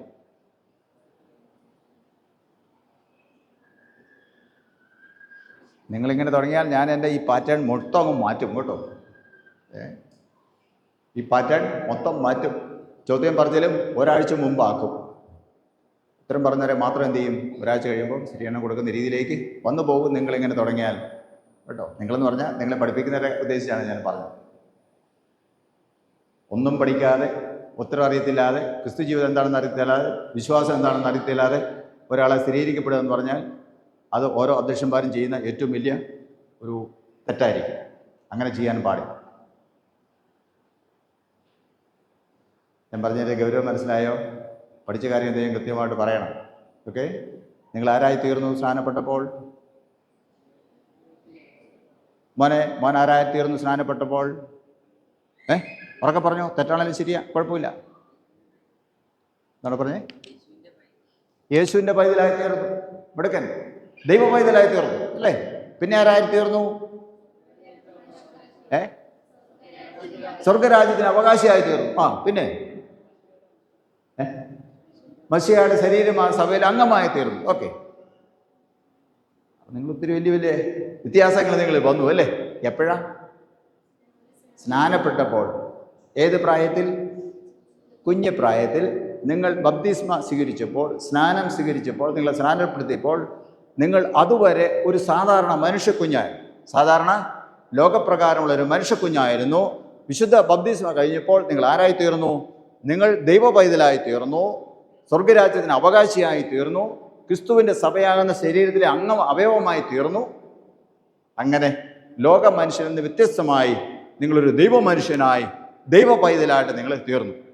ഓക്കെ, സ്നാനപ്പെടുത്തി കഴിഞ്ഞ് നിങ്ങളിവിടെ കൊണ്ടുവന്നു. ഇവിടെ കൊണ്ടുവന്നിട്ട് അച്ഛൻ എന്ത് ചെയ്തു? നിങ്ങളെ കരങ്ങളെടുത്ത് ആ കർത്തൃമേശൻ അവിടെ കൊണ്ടുവച്ച് നിങ്ങളെ സമർപ്പിച്ച് പ്രാർത്ഥിച്ചു. ദൈവമേ, ഈ പൈതൽ എന്തെന്നും അങ്ങേക്ക് ഉള്ളവളായിരിക്കാൻ, അങ്ങേക്കുള്ളവനായിരിക്കാൻ അങ്ങയുടെ സന്നിധിയിൽ സമർപ്പിക്കുന്നു, കാത്തുകൊള്ളണം എന്നൊക്കെ പറഞ്ഞിട്ട് പ്രാർത്ഥനയൊക്കെ, സമർപ്പണ പ്രാർത്ഥനയൊക്കെ കഴിഞ്ഞിട്ട് എന്ത് ചെയ്തു? നിങ്ങളുടെ പപ്പായുടെയും മമ്മയുടെയും കൈ തിരികെ കൊണ്ടുവന്നപ്പോൾ അച്ഛനൊരു കാര്യം പറഞ്ഞു. നിങ്ങൾ ഈ കാര്യങ്ങളോട് ശ്രദ്ധിക്കണം. ഈ പൈതൽ ഇവിടെ കൊണ്ടുവന്ന് സമർപ്പിച്ചാൽ അത് എന്തിനുള്ളതാ? നമ്മൾ ദേവാലയത്തിൽ ഒരു കാര്യം സമർപ്പിച്ചാൽ പിന്നെ നമുക്ക് തിരിച്ച് വീട്ടിൽ കൊണ്ടുപോകാൻ പറ്റുമോ? പറ്റുമോ? പറ്റത്തില്ല. അതുകൊണ്ട് നിങ്ങളിവിടെ കൊണ്ടുവന്ന് സമർപ്പിച്ചു. നിങ്ങൾ ആരായി തീർന്നു? ദൈവ പൈതലായി തീർന്നു. നിങ്ങൾ പിന്നെ താമസിക്കേണ്ടത് എവിടെയാ? വാസം പറഞ്ഞാൽ ഈ പള്ളിയിലാണ് താമസിക്കേണ്ടത് അല്ലേ? പള്ളിയിലാണ് താമസിക്കുന്നത്. പക്ഷേ നിങ്ങൾ കുഞ്ഞുങ്ങളല്ലേ അല്ലേ? നിങ്ങളെല്ലാവരും ഇവിടെ പള്ളി കൊണ്ടിട്ട് കഴിഞ്ഞ് ചെയ്യാൻ പറ്റത്തില്ല. നിങ്ങൾക്ക് വേണ്ടത് വെച്ചിട്ടുള്ള പരിചരണം കൊടുക്കാൻ ഭയങ്കര പാടാണ്. അതുകൊണ്ട് എന്ത് ചെയ്തു? നിങ്ങളെ വളർത്താനായിട്ട് എന്ത് ചെയ്തു? നിങ്ങളുടെ പേരൻസിൻ്റെ ഞാൻ നിങ്ങൾക്ക് മനസ്സിലാക്കാൻ പാകത്തിൽ പറയാണ്. നിങ്ങളെ വളർത്താൻ വേണ്ടി എന്ത് ചെയ്തു? ദൈവ പൈതലായി തീർന്ന നിങ്ങളെ ദൈവ പൈതലായി വളർത്താൻ നിങ്ങളുടെ മാതാപിതാക്കന്മാരുടെ കയ്യിലും ജ്ഞാനമാതാപിതാക്കന്മാരുടെ കയ്യിലും നിങ്ങളെ തന്നു വിട്ടു. എന്നിട്ട് പറഞ്ഞു, ഈ കൊച്ച് നല്ലൊരു ക്രിസ്ത്യാനിയായി ദൈവ പൈതലായിട്ട് വളരാൻ നിങ്ങൾ എന്ത് ചെയ്യണം? ശ്രദ്ധിച്ചു കൊള്ളണം. ഒരു സൗഹൃദത്തോടെ വളർത്തപ്പെടാൻ എൻ്റെ പദപ്രയോഗം അങ്ങനെയാണ്. ഈ പൈതൽ ദൈവ പൈതലായിട്ട് ഏറ്റവും സൗഹൃദത്തോടെ വളർത്തപ്പെടേണ്ടതിനെ നിങ്ങൾ കരുതിക്കൊള്ളണം എന്ന് പറയുന്നതിൻ്റെ അർത്ഥം, നിങ്ങളുടെ ഏതെങ്കിലും പ്രവൃത്തി കണ്ട് ഈ കൊച്ചെന്ത് ചെയ്യരുത്? വഴിതെറ്റിപ്പോകാൻ ഇടയായി തീരരുത്. ഡാഡി വീടി വലിക്കുന്നുണ്ട്, ഇവൻ വീടി വലിക്കാൻ തുടങ്ങരുത്. ഡാഡി മറ്റേതെങ്കിലും മോശമായ കാര്യങ്ങൾ ചെയ്ത് കണ്ടത് ഈ കൊച്ച് ആ വഴി പോകരുത്. മമ്മി ഒച്ചമേളം ഉണ്ടാക്കുന്നത് കണ്ടത് ചെയ്യരുത്. ഈ കൊച്ച് ഒച്ചമേളം ഉണ്ടാക്കുന്നത് പഠിക്കരുത്. മമ്മി വേദോസം വായിക്കാതിരിക്കുന്നത് കണ്ട് ഈ കൊച്ചിന് ചെയ്യരുത്. വേദോസം വായിക്കാതിരിക്കരുത്. മമ്മിയും പപ്പായും പള്ളി പോകാത്തത് കണ്ടിട്ട് പള്ളി പോകുന്നതിനകത്ത് വലിയ കാര്യം ഇല്ല എന്ന് എന്ത് ചെയ്ത് ഈ കൊച്ച് പഠിക്കരുത്. അപ്പോൾ എന്താണോ ഈ കൊച്ച് അനുകരിക്കേണ്ടത് അതെല്ലാം എന്ത് ചെയ്യണം?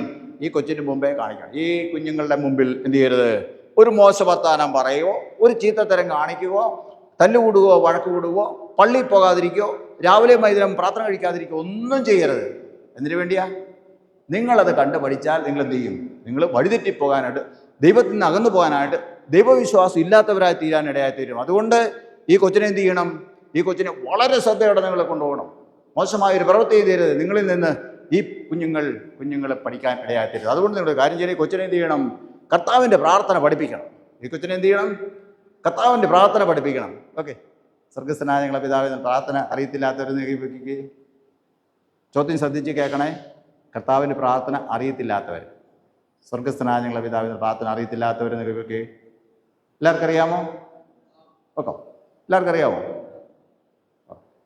കഴിഞ്ഞ പ്രാവശ്യം അങ്ങനെ ചോദിച്ചപ്പോൾ ഉച്ചൻ അറിയത്തില്ല, പകുതി ചൊല്ലിപ്പോൾ നിന്നുപോയി. ഏത് പ്രാർത്ഥനയാണ്? സ്വർഗസ്ഥനായ ഞങ്ങളെ പിതാവിനുള്ള പ്രാർത്ഥന അറിയാമല്ലേ? ഓക്കെ, പിന്നെ പറഞ്ഞു ഈ കൊച്ചിനെ 10 കൽപ്പന പഠിപ്പിക്കണം. ഇപ്പം നമ്മൾ ചൊല്ലിയതാണ് 10 കൽപ്പന പഠിപ്പിക്കണം. അത് ഞാനിപ്പോൾ ചോദിച്ചതാണ്, കുറച്ച് പേർക്ക് അറിയത്തില്ല. അതും കൂടെ നിങ്ങൾ എന്ത് ചെയ്യണം? പഠിച്ചോണം. പിന്നെ ഈ കൊച്ചിനെ വിശ്വാസ പ്രമാണം പഠിപ്പിക്കണം. വിശ്വാസ പ്രമാണം എത്രയാളെ? 3 അതിൽ എത്ര എണ്ണം നിങ്ങൾക്കറിയാം? 2 അറിയാം. ഏതെല്ലാം അറിയാം?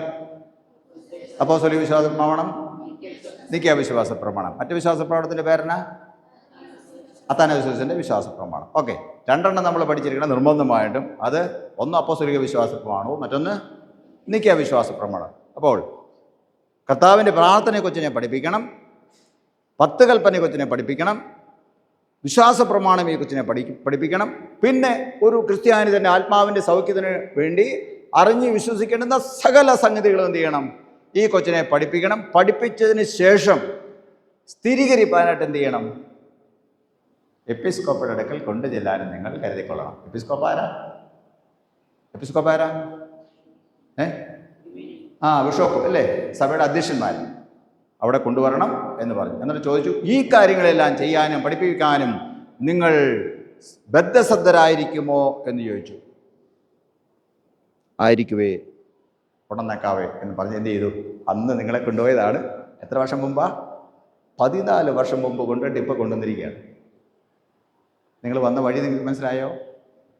നിങ്ങൾ വെറുതെ വന്നതല്ല, കാരക്കരി ജീപ്പേക്കരി ബസ്സേക്കരി നടന്നൊന്നും വന്നതല്ല. പിന്നെയോ നിങ്ങളെ നിങ്ങളുടെ മാതാപിതാക്കന്മാരും ജ്ഞാനപിതാക്കന്മാരും കൂടെ എന്ത് ചെയ്താണ്? ഇവിടെ കൊണ്ടുവന്നതാണ്. അന്ന് അവരൊരു പ്രതിജ്ഞ എടുത്തുകൊണ്ട് ആ പ്രതിജ്ഞ അക്ഷരം പ്രതി നിറവേറ്റിയതിന് ശേഷം ഇവിടെ നിങ്ങളെ എന്ത് ചെയ്തിരിക്കുന്നു? എപ്പിസ്കോപ്പയുടെ മുമ്പിൽ ഹാജരാക്കിയിരിക്കുകയാണെന്നുണ്ട്. എപ്പിസ്കോപ്പ എന്ത് ചെയ്യുന്നു?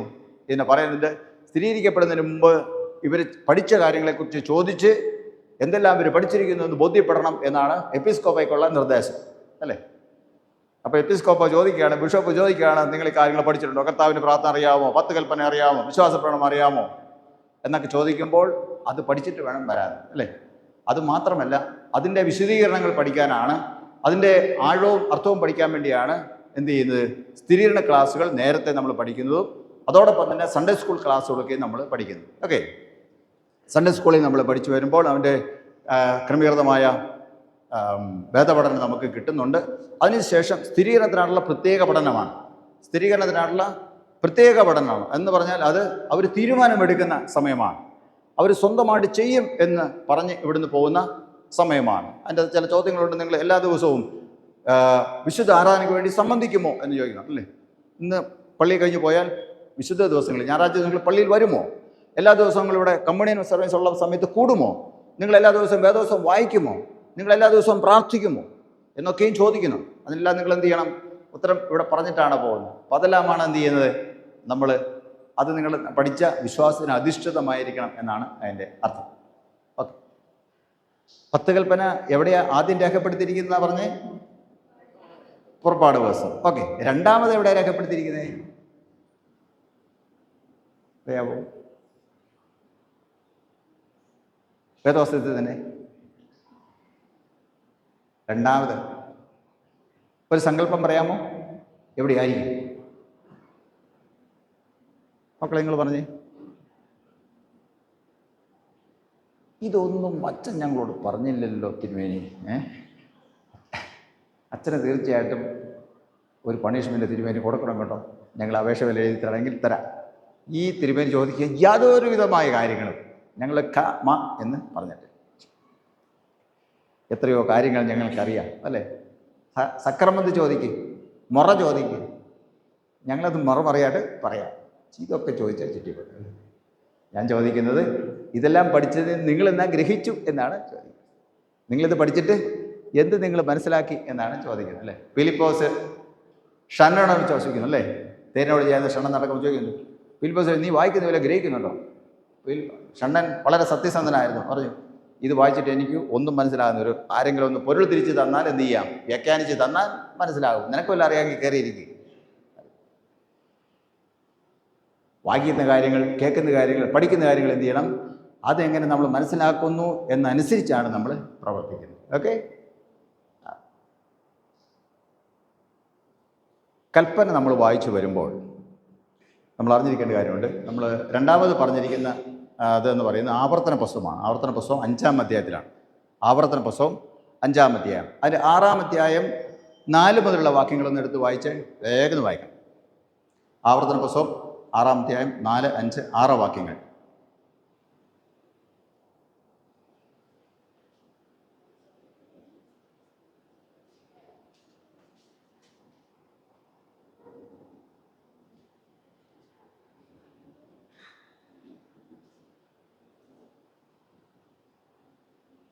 ആദ്യം എടുത്തവർക്ക് ആദ്യം വായിക്കാം.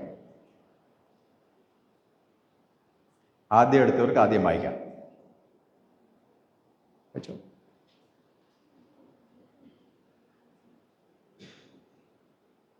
ഉറക്കെ വായിക്കണേ.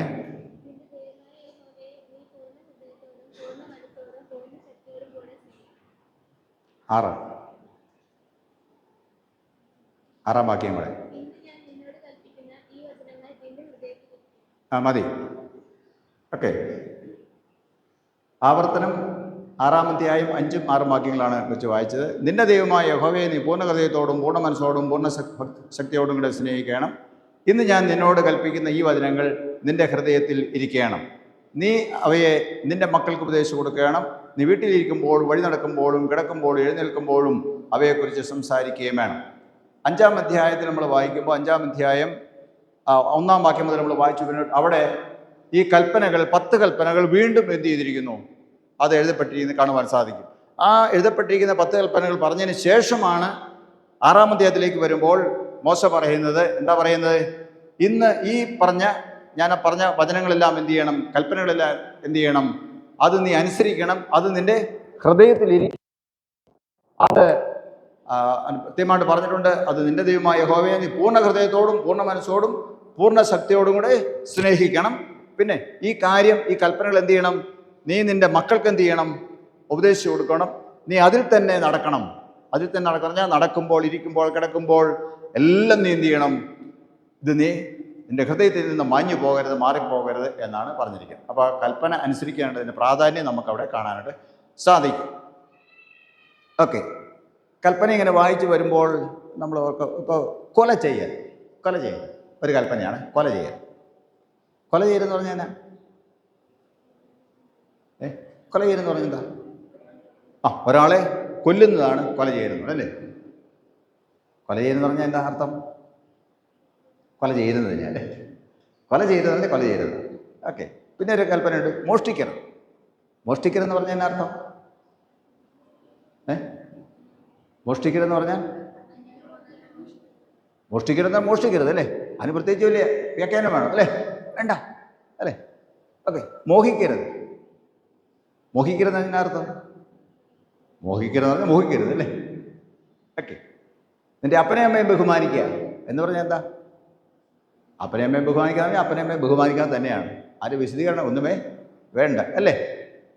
ഞാനല്ലാതെ അന്യ ദൈവങ്ങൾ നിനക്ക് ഉണ്ടാകരുത്.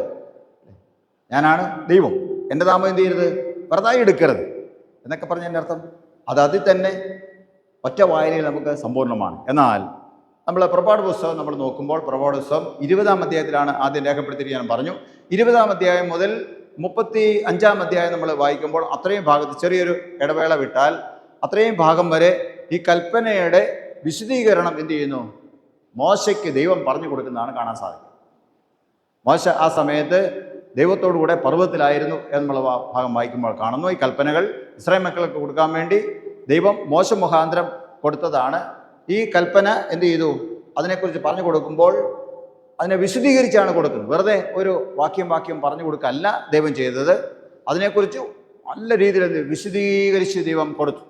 40 ദിവസമാണ് എന്ത് ചെയ്ത് മോശയും ദൈവവുമായുള്ള സംഭാഷണത്തിൽ നമുക്ക് കാണാൻ സാധിക്കും. 40 ദിവസം എന്ത് ചെയ്തു ദൈവം മോശയോടുകൂടെ പർവ്വതത്തിലായിരുന്നു.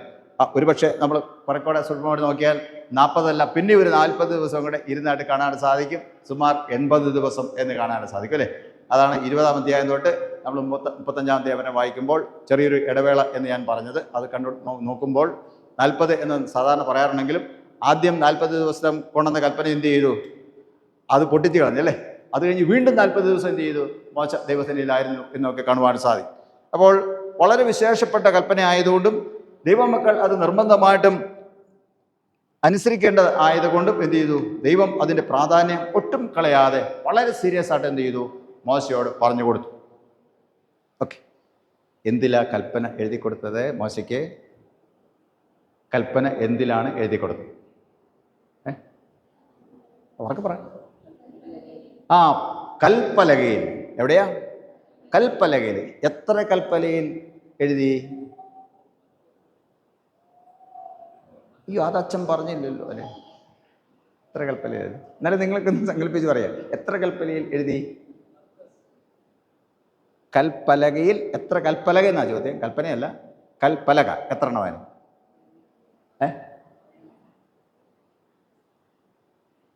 സങ്കല്പം പറഞ്ഞു എത്ര എണ്ണം കാണും? കഴിഞ്ഞ ദിവസം ഞാൻ കൊച്ചിന് ചോദിച്ചു പറഞ്ഞു ഒരു കൽപ്പലയാണ് എഴുതിയെന്ന് പറഞ്ഞു. നിങ്ങളെന്ന് പറഞ്ഞേ, നിങ്ങൾക്ക് എന്ത് തോന്നുന്നു? ഉറക്കെ പറ. ഇതിന് മത്സരമൊന്നുമില്ല, സമ്മാനമൊന്നുമില്ല. മോനെ എത്ര കൽപ്പലയിലായിരിക്കും എഴുതിയത്? എത്ര കൽപ്പലക ഉണ്ടായിരുന്നു? സങ്കല്പം പറഞ്ഞ്. കൽപ്പനയല്ല, കൽപ്പലക. മോശയ്ക്ക് ദൈവം ഈ കൽപ്പനകളെല്ലാം 10 കൽപ്പന കൽപ്പലകയിൽ എഴുതി കൊടുത്തു എന്നാണ് പറഞ്ഞത്. ചോദ്യം ഇതാണ്, എത്ര കൽപ്പലകയിലാണ് എഴുതിയത്?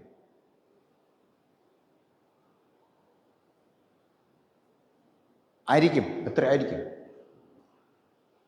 നിങ്ങളോട് ചോദിക്കില്ല, നിങ്ങൾ അറിയാണ്ട് ഉത്തരവെല്ലാം ശരിയായിട്ട് പറഞ്ഞെങ്കിൽ ആ കുഴപ്പമാവും, അതുകൊണ്ട് ചോദിക്കുന്നില്ല. ഇതൊക്കെ നമ്മൾ സാധാരണ എന്ത് ചെയ്യുന്നതാണ്? പഠിപ്പിക്കുന്നതല്ല, നമ്മൾ സ്വയമേ പഠിക്കുന്നതാണ് അല്ലേ? വേദോസം വായിക്കണമോ കേൾക്കണമോ എല്ലാം പഠിക്കുന്നത് പിള്ളേർ നോക്കി പഠിക്കേണ്ടതാണ് അല്ലേ? അല്ലാതെ തന്നെ നമുക്ക് കാണാൻ സാധിക്കും. ഓക്കെ, എത്ര കൽപ്പലകയിൽ എഴുതിയേ? അയ്യോ, ഞാൻ ഇങ്ങനെ കാണിച്ചിട്ട് ഒന്നെന്ന് പറയാണ്. 2 കൽപ്പലകയിൽ. എത്രയാ? 2 കൽപ്പലകയിലാണ് എഴുതിയേക്കുന്നത്. ഓക്കെ, 2 കൽപ്പലയിലാണ് എഴുതി കൽപ്പന കിട്ടിയത്. എത്ര പേജിൽ ഉണ്ടായിരുന്നു എഴുത്ത്? എത്ര പേജിൽ ഉണ്ടായിരുന്നു? നിങ്ങളുടെ ബുദ്ധി നിങ്ങൾ ഇന്ന് മാത്രം ഉപയോഗിക്കുന്ന അറിയാൻ വേണ്ടിയുള്ള ചോദ്യം. എത്ര പേജ് ഉണ്ടായിരുന്നു കൽപ്പന? കൽപ്പന എത്ര പേജ് ഉണ്ടായിരുന്നു? എത്ര പേജ് ഉണ്ടായിരുന്നു കൽപ്പന?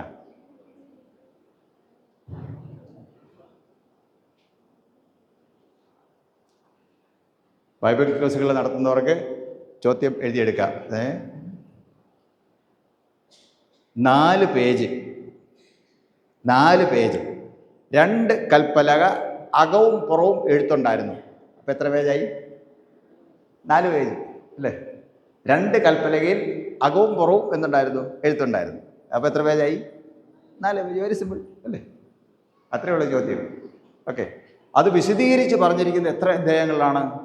സുമാർ 16 അധ്യായങ്ങൾ എന്ത് ചെയ്യുന്നുണ്ട്? അതിനെക്കുറിച്ച് വിശദീകരിച്ച് പറഞ്ഞിരിക്കുക. 10 കൽപ്പനയെക്കുറിച്ചും എന്ത് ചെയ്യുന്നുണ്ട്? അതിൻ്റെ വിശദീകരണം പറഞ്ഞു. ഞാൻ അതിനെക്കുറിച്ച് ചെറിയൊരു സൂചന പറഞ്ഞിട്ട് ആ ഭാഗം വിടാം. മോഷ്ടിക്കരുതെന്നൊരു കൽപ്പനയുണ്ട് അല്ലേ? മോഷ്ടിക്കരുതെന്നൊരു കൽപ്പന, നമ്മൾ ആ കൽപ്പന വെച്ച് നമ്മൾ മോഷണത്തെക്കുറിച്ച് എന്താണ് വേദോസ്തത്തിൽ പറഞ്ഞിരിക്കുന്നത് നമ്മൾ ശ്രദ്ധിച്ചാൽ കാണാൻ സാധിക്കും.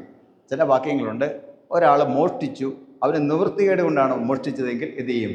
അതിന് ചില പ്രതിശാന്തികളൊക്കെ പറഞ്ഞു, നീക്കുപോക്കുകൾ എന്ത് ചെയ്യുന്നുണ്ട്? പറഞ്ഞു അല്ലേ? മോഷണം എന്ന് പറഞ്ഞാൽ അത് ഏതേത് തരം എന്ന് എന്ത് ചെയ്യുന്നുണ്ടോ അതിൻ്റെ അകത്ത് വിശദീകരിച്ച് പറയുന്നു. ഓക്കെ, മോഷ്ടിക്കരുത്, മോഷണത്തിൻ്റെ എന്ന് ശിക്ഷ വിധിക്കുമ്പോൾ എന്ത് ചെയ്യണം? അതിന് ചില കാറ്റഗറൈസേഷൻ പറഞ്ഞിട്ടുണ്ട്. ഓക്കെ, കൊല ചെയ്യരുത് എന്ന് പറഞ്ഞിട്ടുണ്ട്.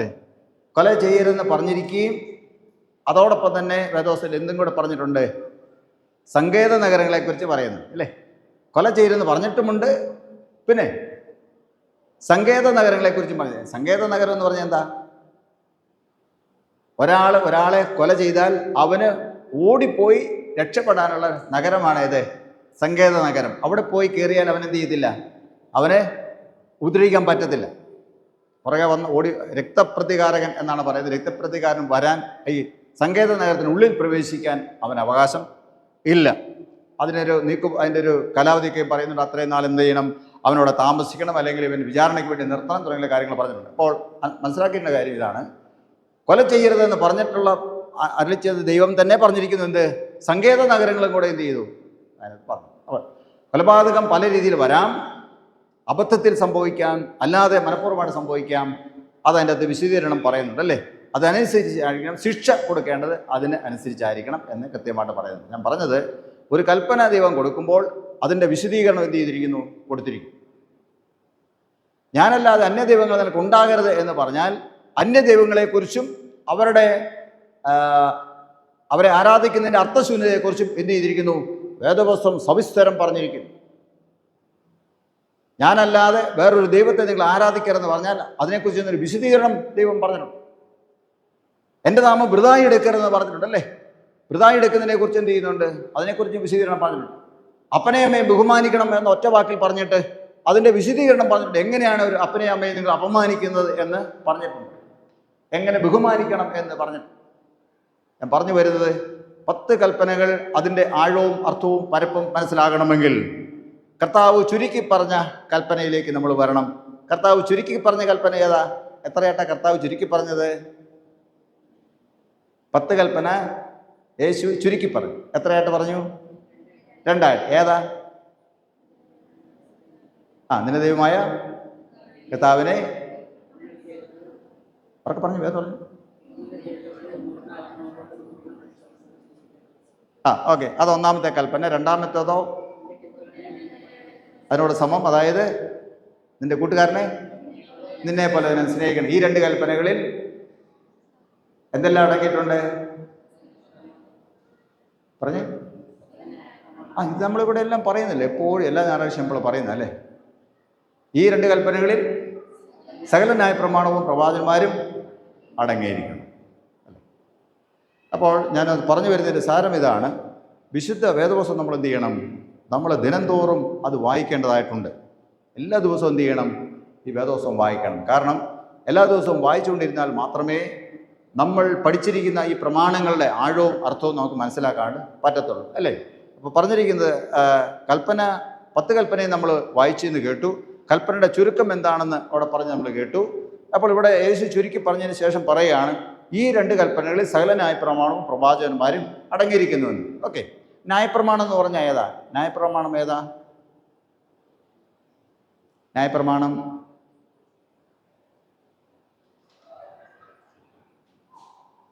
ശ്രദ്ധിച്ചിരിക്കണം. ഉത്തരം പറഞ്ഞില്ലെങ്കിലും കുഴപ്പമില്ല, ശ്രദ്ധിച്ചിരിക്കണം.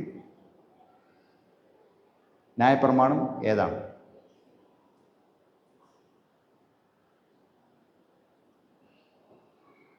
നിങ്ങളെല്ലാവരും നേരിട്ട് സ്ഥിരീകരണ ക്ലാസ്സിൽ വന്നതാണോ അതോ സൺഡേ സ്കൂളിൽ വല്ലതും പോയിട്ടുണ്ടോ? സൺഡേ സ്കൂളിൽ പോയിട്ടുള്ളവർ നിയോഗിക്കുകയെ. സൺഡേ സ്കൂളിൽ ഏതെങ്കിലും ക്ലാസ്, ശിശുവകുപ്പിലോ സൺഡേ സ്കൂളിൽ ഏതെങ്കിലും ക്ലാസ്സിൽ പോയിട്ടുള്ളവർ. ഓക്കെ, കേതാതെ. ഓക്കെ, സൺഡേ സ്കൂളിൽ പോയിട്ടുണ്ട് അല്ലേ? അങ്ങനെയാണെങ്കിൽ ചോദ്യം ഇതാണ്, ന്യായപ്രമാണം ഏതാണ്? ഒരു സങ്കല്പം പറഞ്ഞു. നിങ്ങൾ അറിയാതെ സംശയമാണ്, എന്നാലും തിരുമേനി മാപ്പാക്കണം. ഒരു ഉത്തരം പറഞ്ഞേ, ഏതെങ്കിലും ന്യായപ്രമാണം ഏതാ? പറഞ്ഞു.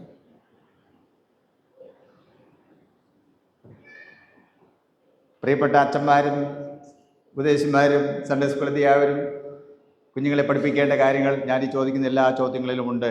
നിങ്ങൾ പഠിപ്പിക്കുന്നൊരു പക്ഷെ പഠിക്കുന്നുണ്ടായിരിക്കും, പക്ഷേ അവരെന്ത് ചെയ്യുന്നില്ല. ഞാൻ ഈ ചോദ്യങ്ങൾ വളരെ നിസ്സാരമായ കാര്യങ്ങൾക്ക് പോലും ഉത്തരം പറയാൻ അവർക്ക് സാധിക്കുന്നില്ല, അല്ലേ? അത് നമ്മുടെ പഠിപ്പീരിന് എന്തെങ്കിലും ഒരു കുഴപ്പമാണെന്ന് എനിക്ക് തോന്നുന്നു. ഒരുപക്ഷെ അങ്ങനെയായി. അതുകൊണ്ട് ഇനി നമ്മൾ നമ്മുടെ ഈ പാഠപദ്ധതികളിൽ ചെയ്യണം, കരിക്കുലം ഒന്നോടൊന്ന് ചേഞ്ച് ചെയ്യുന്നതല്ലായിരിക്കും എനിക്ക് തോന്നുന്നു. ന്യായപ്രമാണം ഏതാ?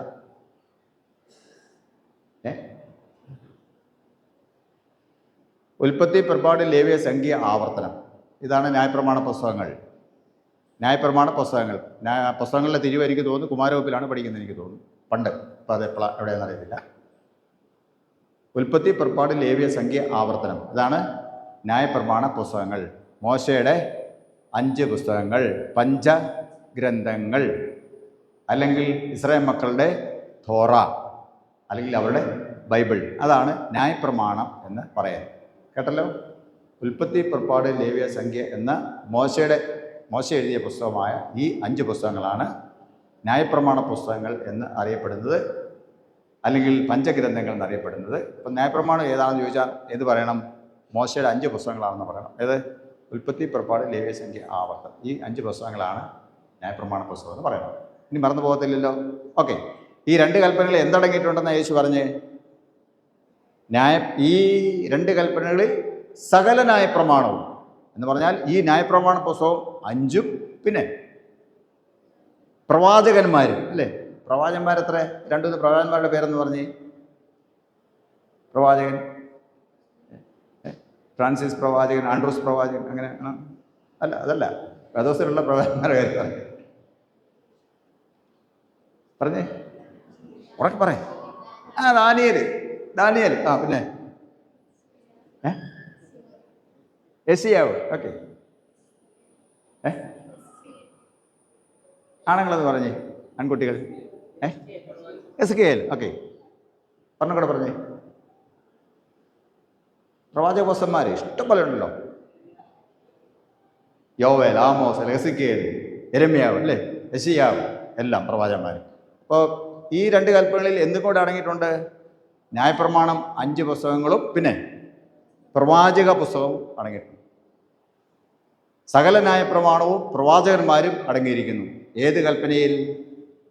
ഈ 2 കൽപ്പനകളിൽ. യേശു ചുരുക്കി പറഞ്ഞ 2 കൽപ്പനകളിൽ. ഓക്കെ, ഞാൻ പറഞ്ഞു ഇത്രയും അങ്ങ് വിശദമായിട്ട് പറഞ്ഞതിൻ്റെ കാര്യം എന്ന് വെച്ചാൽ, ഈ 2 കൽപ്പനയുടെ പൊരുൾ നമ്മൾക്കറിയണമെങ്കിൽ, അല്ലെങ്കിൽ 10 കൽപ്പനയുടെ പൊരുൾ നമ്മൾക്കറിയണമെങ്കിൽ, യഥാർത്ഥ അർത്ഥം നമുക്ക് മനസ്സിലാകണമെങ്കിൽ നമ്മൾ എന്ത് ചെയ്യണം? ന്യായപ്രമാണ പുസ്തകങ്ങളും അതുപോലെ തന്നെ പ്രവാചക പുസ്തകങ്ങളും എന്ത് ചെയ്യണം? വായിക്കണം. അതെല്ലാം വായിച്ച് പഠിച്ചിട്ട് വന്നാൽ മാത്രമേ നമുക്ക് എന്ത് ചെയ്യാൻ പറ്റത്തുള്ളൂ? ഈ 2 കൽപ്പനയുടെ പൊരുൾ നമുക്ക് മനസ്സിലാക്കാൻ സാധിക്കും, അല്ലേ? അത് പഠിച്ചിട്ട് വരാൻ പറഞ്ഞാൽ നിങ്ങൾക്ക് എത്ര വയസ്സാവും ഇതെല്ലാം പഠിച്ചിട്ട് വരുമ്പോൾ? ഇപ്പം 14 വയസ്സായി, ഇത്രയൊക്കെ പഠിച്ചിട്ടുള്ളൂ.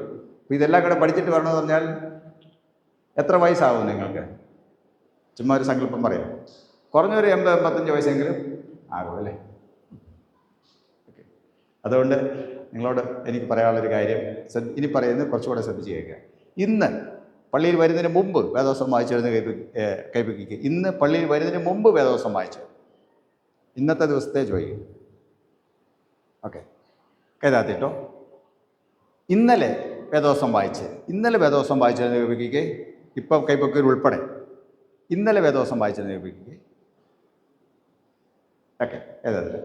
മിനിഞ്ഞാന്ന് വേദോസം വായിച്ചിരുന്ന് കൈപ്പിക്കുക. നിങ്ങൾ സ്വന്തമായിട്ട് വായിക്കുന്ന കാര്യമാണേ ചോദിക്കുന്നത്, പള്ളി വായിക്കുന്നതല്ല ചോദിക്കുന്നത്. ഓക്കെ, മിനിഞ്ഞാന്ന് വേദോസം വായിച്ചിരുന്ന് കൈപ്പിക്കുക.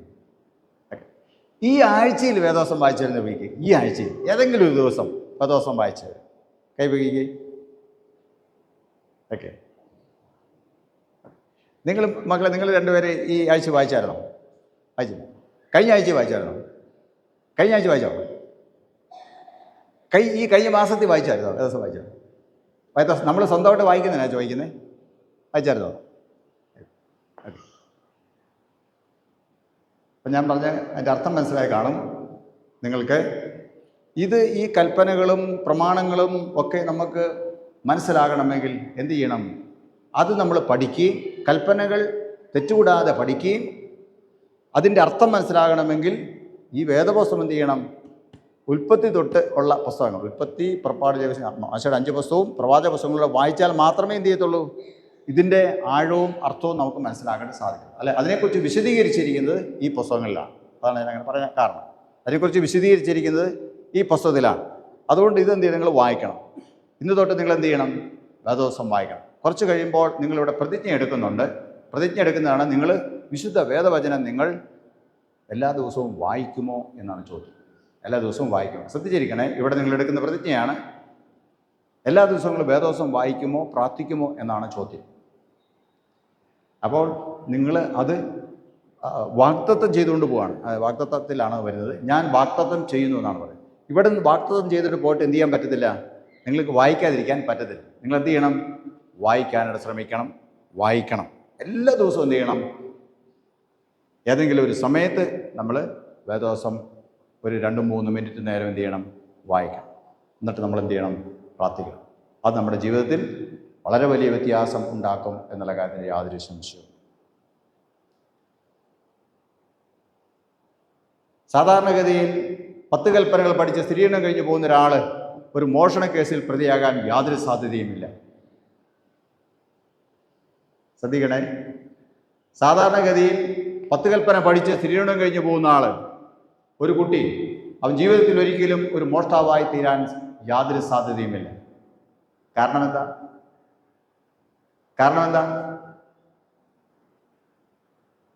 കാരണം അവൻ കൽപ്പന പഠിച്ചിരിക്കുന്നു, മോഷ്ടിക്കരുത്. ആ പഠിച്ച കൽപ്പന അവൻ അനുസരിക്കാൻ ബാധ്യസ്ഥനാണ്. അതുകൊണ്ടാണ് കൽപ്പന നിർബന്ധമായിട്ടും പഠിക്കണമെന്ന് പറയുന്നത്. കൽപ്പന നിർബന്ധമായിട്ടും പഠിക്കണം. അത് നമ്മുടെ ഹൃദയത്തിലുണ്ടായിരിക്കണം. എസ്കേൽ പ്രവാചനത്തിൽ പറഞ്ഞിരിക്കുന്നു, കൽപ്പന ഞാൻ എന്ത് ചെയ്യും? നിങ്ങളുടെ ഹൃദയത്തിൽ ഞാനത് എഴുതും. ഹൃദയത്തിൽ എഴുതും. മാത്രമല്ല എൻ്റെ ആത്മാവിനെ നിങ്ങളുടെ ഉള്ളിലാക്കും. ഈ കൽപ്പന അനുസരിച്ച് നടക്കാൻ നിങ്ങളെ പ്രാപ്തിപ്പെടുത്തും. എല്ലാ ദിവസവും എന്ത് ചെയ്യണം? വേദോസം വായിക്കും. കൽപ്പന നിർബന്ധമായിട്ട് എന്ത് ചെയ്യണം? ഇത് നമ്മുടെ പള്ളിയിൽ ഇത് വായിക്കുന്നുണ്ട്. അതുകൊണ്ട് പള്ളിയിൽ നമ്മൾ മാസത്തിൽ ഒരു തവണയെങ്കിലും 10 കൽപ്പനയും വായിക്കുന്നത് നല്ലതാണ്. ഇല്ലെങ്കിൽ നമ്മുടെ തലമുറ ഓർക്കും കൽപ്പന എന്ന് പറയുന്നത് 2 ഉള്ളൂ എന്ന് ഓർത്തു പോകും. അതാണ് അതിൻ്റെ വേറൊരു അനന്തരഫലം. അതുകൊണ്ട് മാസത്തിൽ ഒരിക്കലെങ്കിലും 10 കൽപ്പനകൾ മുഴുവൻ വായിക്കുകയും അത് കുഞ്ഞുങ്ങൾ കേൾക്കാനായിട്ടിടയായി തീരുകയും ചെയ്യണം എന്ന് കൃത്യമായിട്ട് ഓർപ്പിക്കും. നിങ്ങളുടെ വീട്ടിൽ ഇന്നലെ വൈകുന്നേരം കുടുംബ പ്രാർത്ഥനയിൽ പങ്കെടുത്തവർ എന്ന് കേൾക്കുക. ഇന്നലെ വൈകുന്നേരത്തെ കുടുംബ പ്രാർത്ഥനയിൽ ഇന്നലത്തെ കാര്യം ഒരാണ്ട് പുറകിലുള്ളതല്ല, ഇന്നലത്തെ കാര്യം ചോദിച്ച്. ഓക്കെ, 2 പേര് 3 പേര് മൺകുടിയാണ്, 4 പേര്. ഓക്കെ, നിങ്ങൾ കൂടാതിരുന്നാണോ പ്രാർത്ഥന ഇല്ലാതിരുന്നാണോ പറയാമോ? സന്ധ്യാപ്രാർത്ഥന. സന്ധ്യയ്ക്ക് നമ്മൾ വീട്ടിൽ അപ്പനും അമ്മയും മക്കളെല്ലാവരും കൂടി ഇരുന്ന പ്രാർത്ഥനയാണ് സന്ധ്യാപ്രാർത്ഥന എന്ന് പറയാം. അതെ, 18 പിള്ളേർ 3 പിള്ളേർ ഇന്നലെ കൂടിയുള്ളൂ. എല്ലാവരും ശ്രദ്ധിച്ചോണം. ഇന്നലെ സന്ധ്യാപ്രാർത്ഥനയ്ക്ക് വീട്ടിൽ കൂടിയത് 3 കുട്ടികൾ. ഓക്കെ, ഇന്നലെ രാവിലെ പ്രാർത്ഥനയ്ക്ക് കൂടിയിരുന്ന ഇന്നലെ രാവിലെ പ്രാർത്ഥനയ്ക്ക് കൂടിയവർ ഒരാൾ. ഇന്നലെ രാവിലെ പ്രാർത്ഥന കൂടിയത് ഒരാൾ.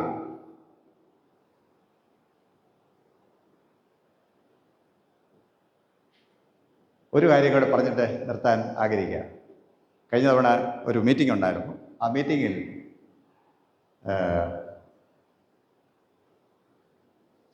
KCCയുടെ പ്രസിഡന്റ് ജനറൽ സെക്രട്ടറി ആയിരിക്കുന്ന അഡ്വക്കേറ്റ് പ്രകാശ് ഇങ്ങനെ പറഞ്ഞു. നമ്മുടെ പഠനത്തെക്കുറിച്ച്, ക്രിസ്തീയ വിദ്യാഭ്യാസത്തെക്കുറിച്ചാണ് പറഞ്ഞത്. അദ്ദേഹം പറഞ്ഞു, ഒരു മദ്രസ പഠനം കഴിഞ്ഞ് വരുന്ന ഒരു കൊച്ചിനോട്, പഠനം പൂർത്തിയാക്കിയ ഒരു കൊച്ചിനോട് ഖുറാനിൽ പറഞ്ഞിരിക്കുന്നതൊക്കെ തെറ്റാണ് എന്ന് പറഞ്ഞാൽ, ആ പറഞ്ഞ് നമ്മൾ പൂട്ടത്തിനിപ്പുറം എന്ത് ചെയ്യും? ആ കൊച്ച് നമ്മുടെ മുഖത്തിനിട്ട് അടിച്ചിരിക്കും. ശ്രദ്ധിച്ചോ? മദ്രസ പഠനം കഴിഞ്ഞ് വരുന്നൊരു കൊച്ചിനെ, പഠിച്ച് പൂർത്തീകരിച്ചൊരു കൊച്ചിനെ ഖുറാൻ പറഞ്ഞിരിക്കുന്ന കാര്യം തെറ്റാണെന്ന് ആ കൊച്ചിനോട് പറഞ്ഞ് നമ്മൾ പൂട്ടത്തിനിപ്പുറം എന്ത് ചെയ്തിരിക്കും? ആ കൊച്ച് നമ്മുടെ മുഖത്തടിച്ചിരിക്കും. അതാണ് ആ കൊച്ചിൻ്റെ വിശ്വാസ തീക്ഷ്ണത. ഓക്കെ, നമ്മുടെ മതപഠനം ഏതാണ്? സൺഡേ സ്കൂൾ പഠനമാണ്. സൺഡേ സ്കൂൾ പഠനം കഴിഞ്ഞ് പൂർത്തിയാകുന്നൊരു കൊച്ചിനോട് പറയാം, ഇതിനകത്തൊക്കെ പാചകം വെറും കെട്ടുകഥകളാണ്. നിങ്ങളെന്ത് ചെയ്യുന്നു പറയും? അങ്ങനെയാണോ? എന്നാൽ പിന്നെ ഞാൻ നിങ്ങളുടെ കൂടെ കൂടിയാണ്. ഓർത്ത് നോക്കണം, എന്താണ് നമ്മൾ പഠിക്കുന്നത്? നമ്മുടെ മതത്തെക്കുറിച്ച്, നമ്മുടെ ഉപദേശത്തെക്കുറിച്ച്, ക്രിസ്ത്യ ജീവിതത്തെക്കുറിച്ച്, പ്രമാണങ്ങളെക്കുറിച്ച് എന്തും നമ്മൾ പഠിക്കുന്നു. എന്താണ് നമ്മുടെ വിശ്വാസം? നമ്മുടെ ദൈവത്തെക്കുറിച്ച് നമുക്ക് എന്തറിയാം? എവിടെ നിന്നാണത് പഠിക്കേണ്ടത്? ഇവിടുന്നാണ് പഠിച്ച് ഉറപ്പ് പ്രാപിച്ചവർ പോകേണ്ടത്. അതിന് ശ്രദ്ധിക്കേണ്ടത് പ്രായമുള്ളവരാണ്. മാതാപിതാക്കന്മാരെ ശ്രദ്ധിക്കണം. സഭ ഒന്നടങ്കം ശ്രദ്ധിക്കണം. ഇല്ലാതെ പോയാൽ ശരിയാകത്തില്ല. യഥാർത്ഥത്തിൽ ക്രിസ്തു പ്രമാണങ്ങൾ അനുസരിച്ച് പോകുന്ന പ്രമാണങ്ങൾ പഠിച്ച ഒരു സമൂഹമാണെങ്കിൽ, ഒരു വ്യക്തിയാണെങ്കിൽ, അങ്ങനെ തീരുമാനമെടുത്ത് ഇവിടുന്ന് പ്രതിഷ്ഠയും കഴിഞ്ഞ് പോയാൽ അവൻ ഒരിക്കലും ഒരു തെറ്റിലകപ്പെട്ടു പോകാൻ അവന് സാധ്യമല്ല. കാരണം അവൻ്റെ പ്രമാണം അവൻ പഠിച്ചിരിക്കുന്നു. അവൻ പോകേണ്ടത് പാത അവൻ പഠിച്ചിരിക്കുന്നു. അത് വിട്ടു നടക്കാൻ അവന് പറ്റത്തില്ല. അതാണ് ഇവിടെ ഉറപ്പിക്കുന്നത്. ഇത് വിട്ടു നടക്കാൻ പറ്റത്തില്ല. നമ്മുടെ പിതാക്കന്മാർ അങ്ങനെ ഒരു തീരുമാനം ഇന്നേക്ക് 175 വർഷങ്ങൾക്ക് മുമ്പ് എടുത്തിട്ടുണ്ട്. പ്രിയമുള്ളവരെ, അതിൻ്റെ വെളിച്ചത്തിലാണ് ഞാനിവിടെ നിൽക്കുന്നതും. അന്ന് അവർ തീരുമാനമെടുത്തു. അത് അന്ന് അത്ര എളുപ്പമായിരുന്നില്ല തീരുമാനമെടുക്കാൻ. അന്ന് അവരുടെ ചുറ്റുപാടുള്ള അവരുടെ തന്നെ ആൾക്കാരെ അതിനെ എതിർത്തിട്ടുണ്ടെന്നാൽ അവർ അതിനെതിരെ നിന്ന് ധീരമായ തീരുമാനമെടുത്തു. അവർ അന്നത്തെ വിശ്വാസം വിട്ടു. എല്ലാം അവർ ഉപേക്ഷിച്ചു.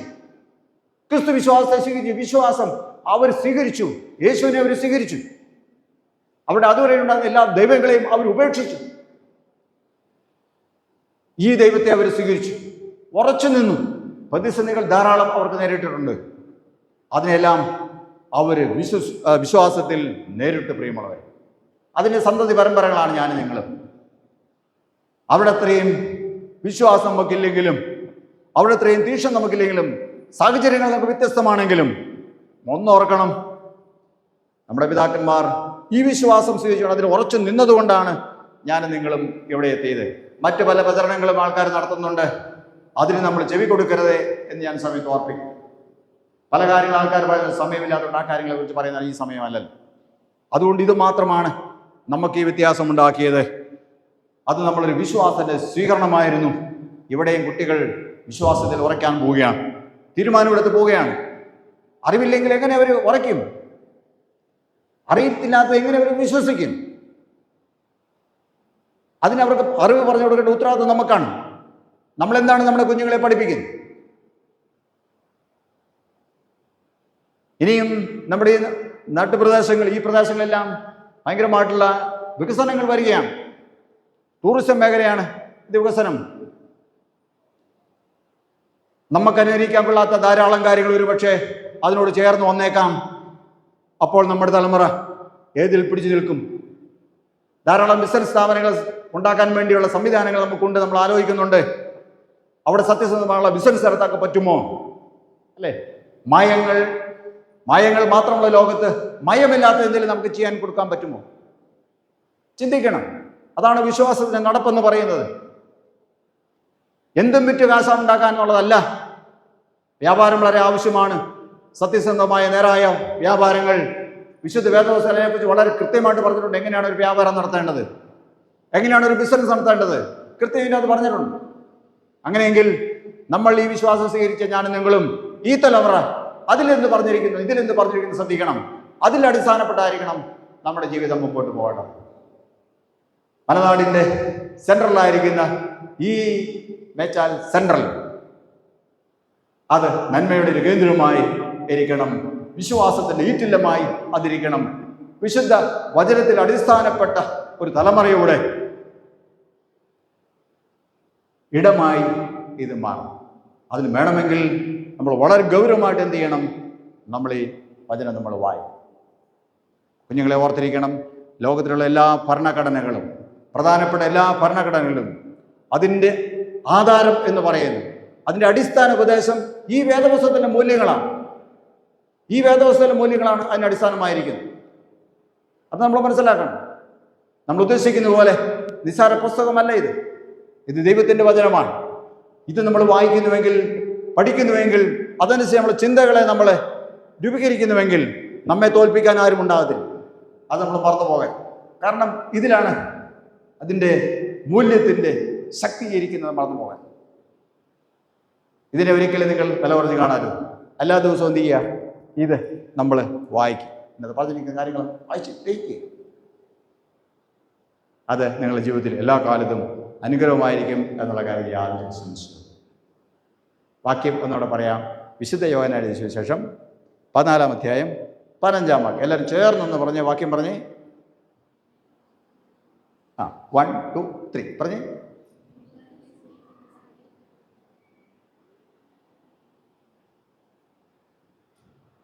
വിശുദ്ധ യോഹന്നാൻ എഴുതിയ സുവിശേഷം 14-ാം അധ്യായം 15-ാം വാക്യം.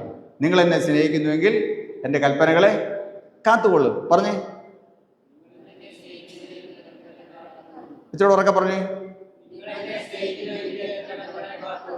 കൊള്ളാം. ദൈവം നിങ്ങളെ അനുഗ്രഹിക്കും. ഇപ്പോൾ പിതാവായ ദൈവത്തിന് പുത്രനായ വിശുദ്ധാത്മാവായ സകല ബഹുമാനമോത്തും കാലാവസാനം കൂടാതെ ഉണ്ടായിരിക്കുമാറാകട്ടെ.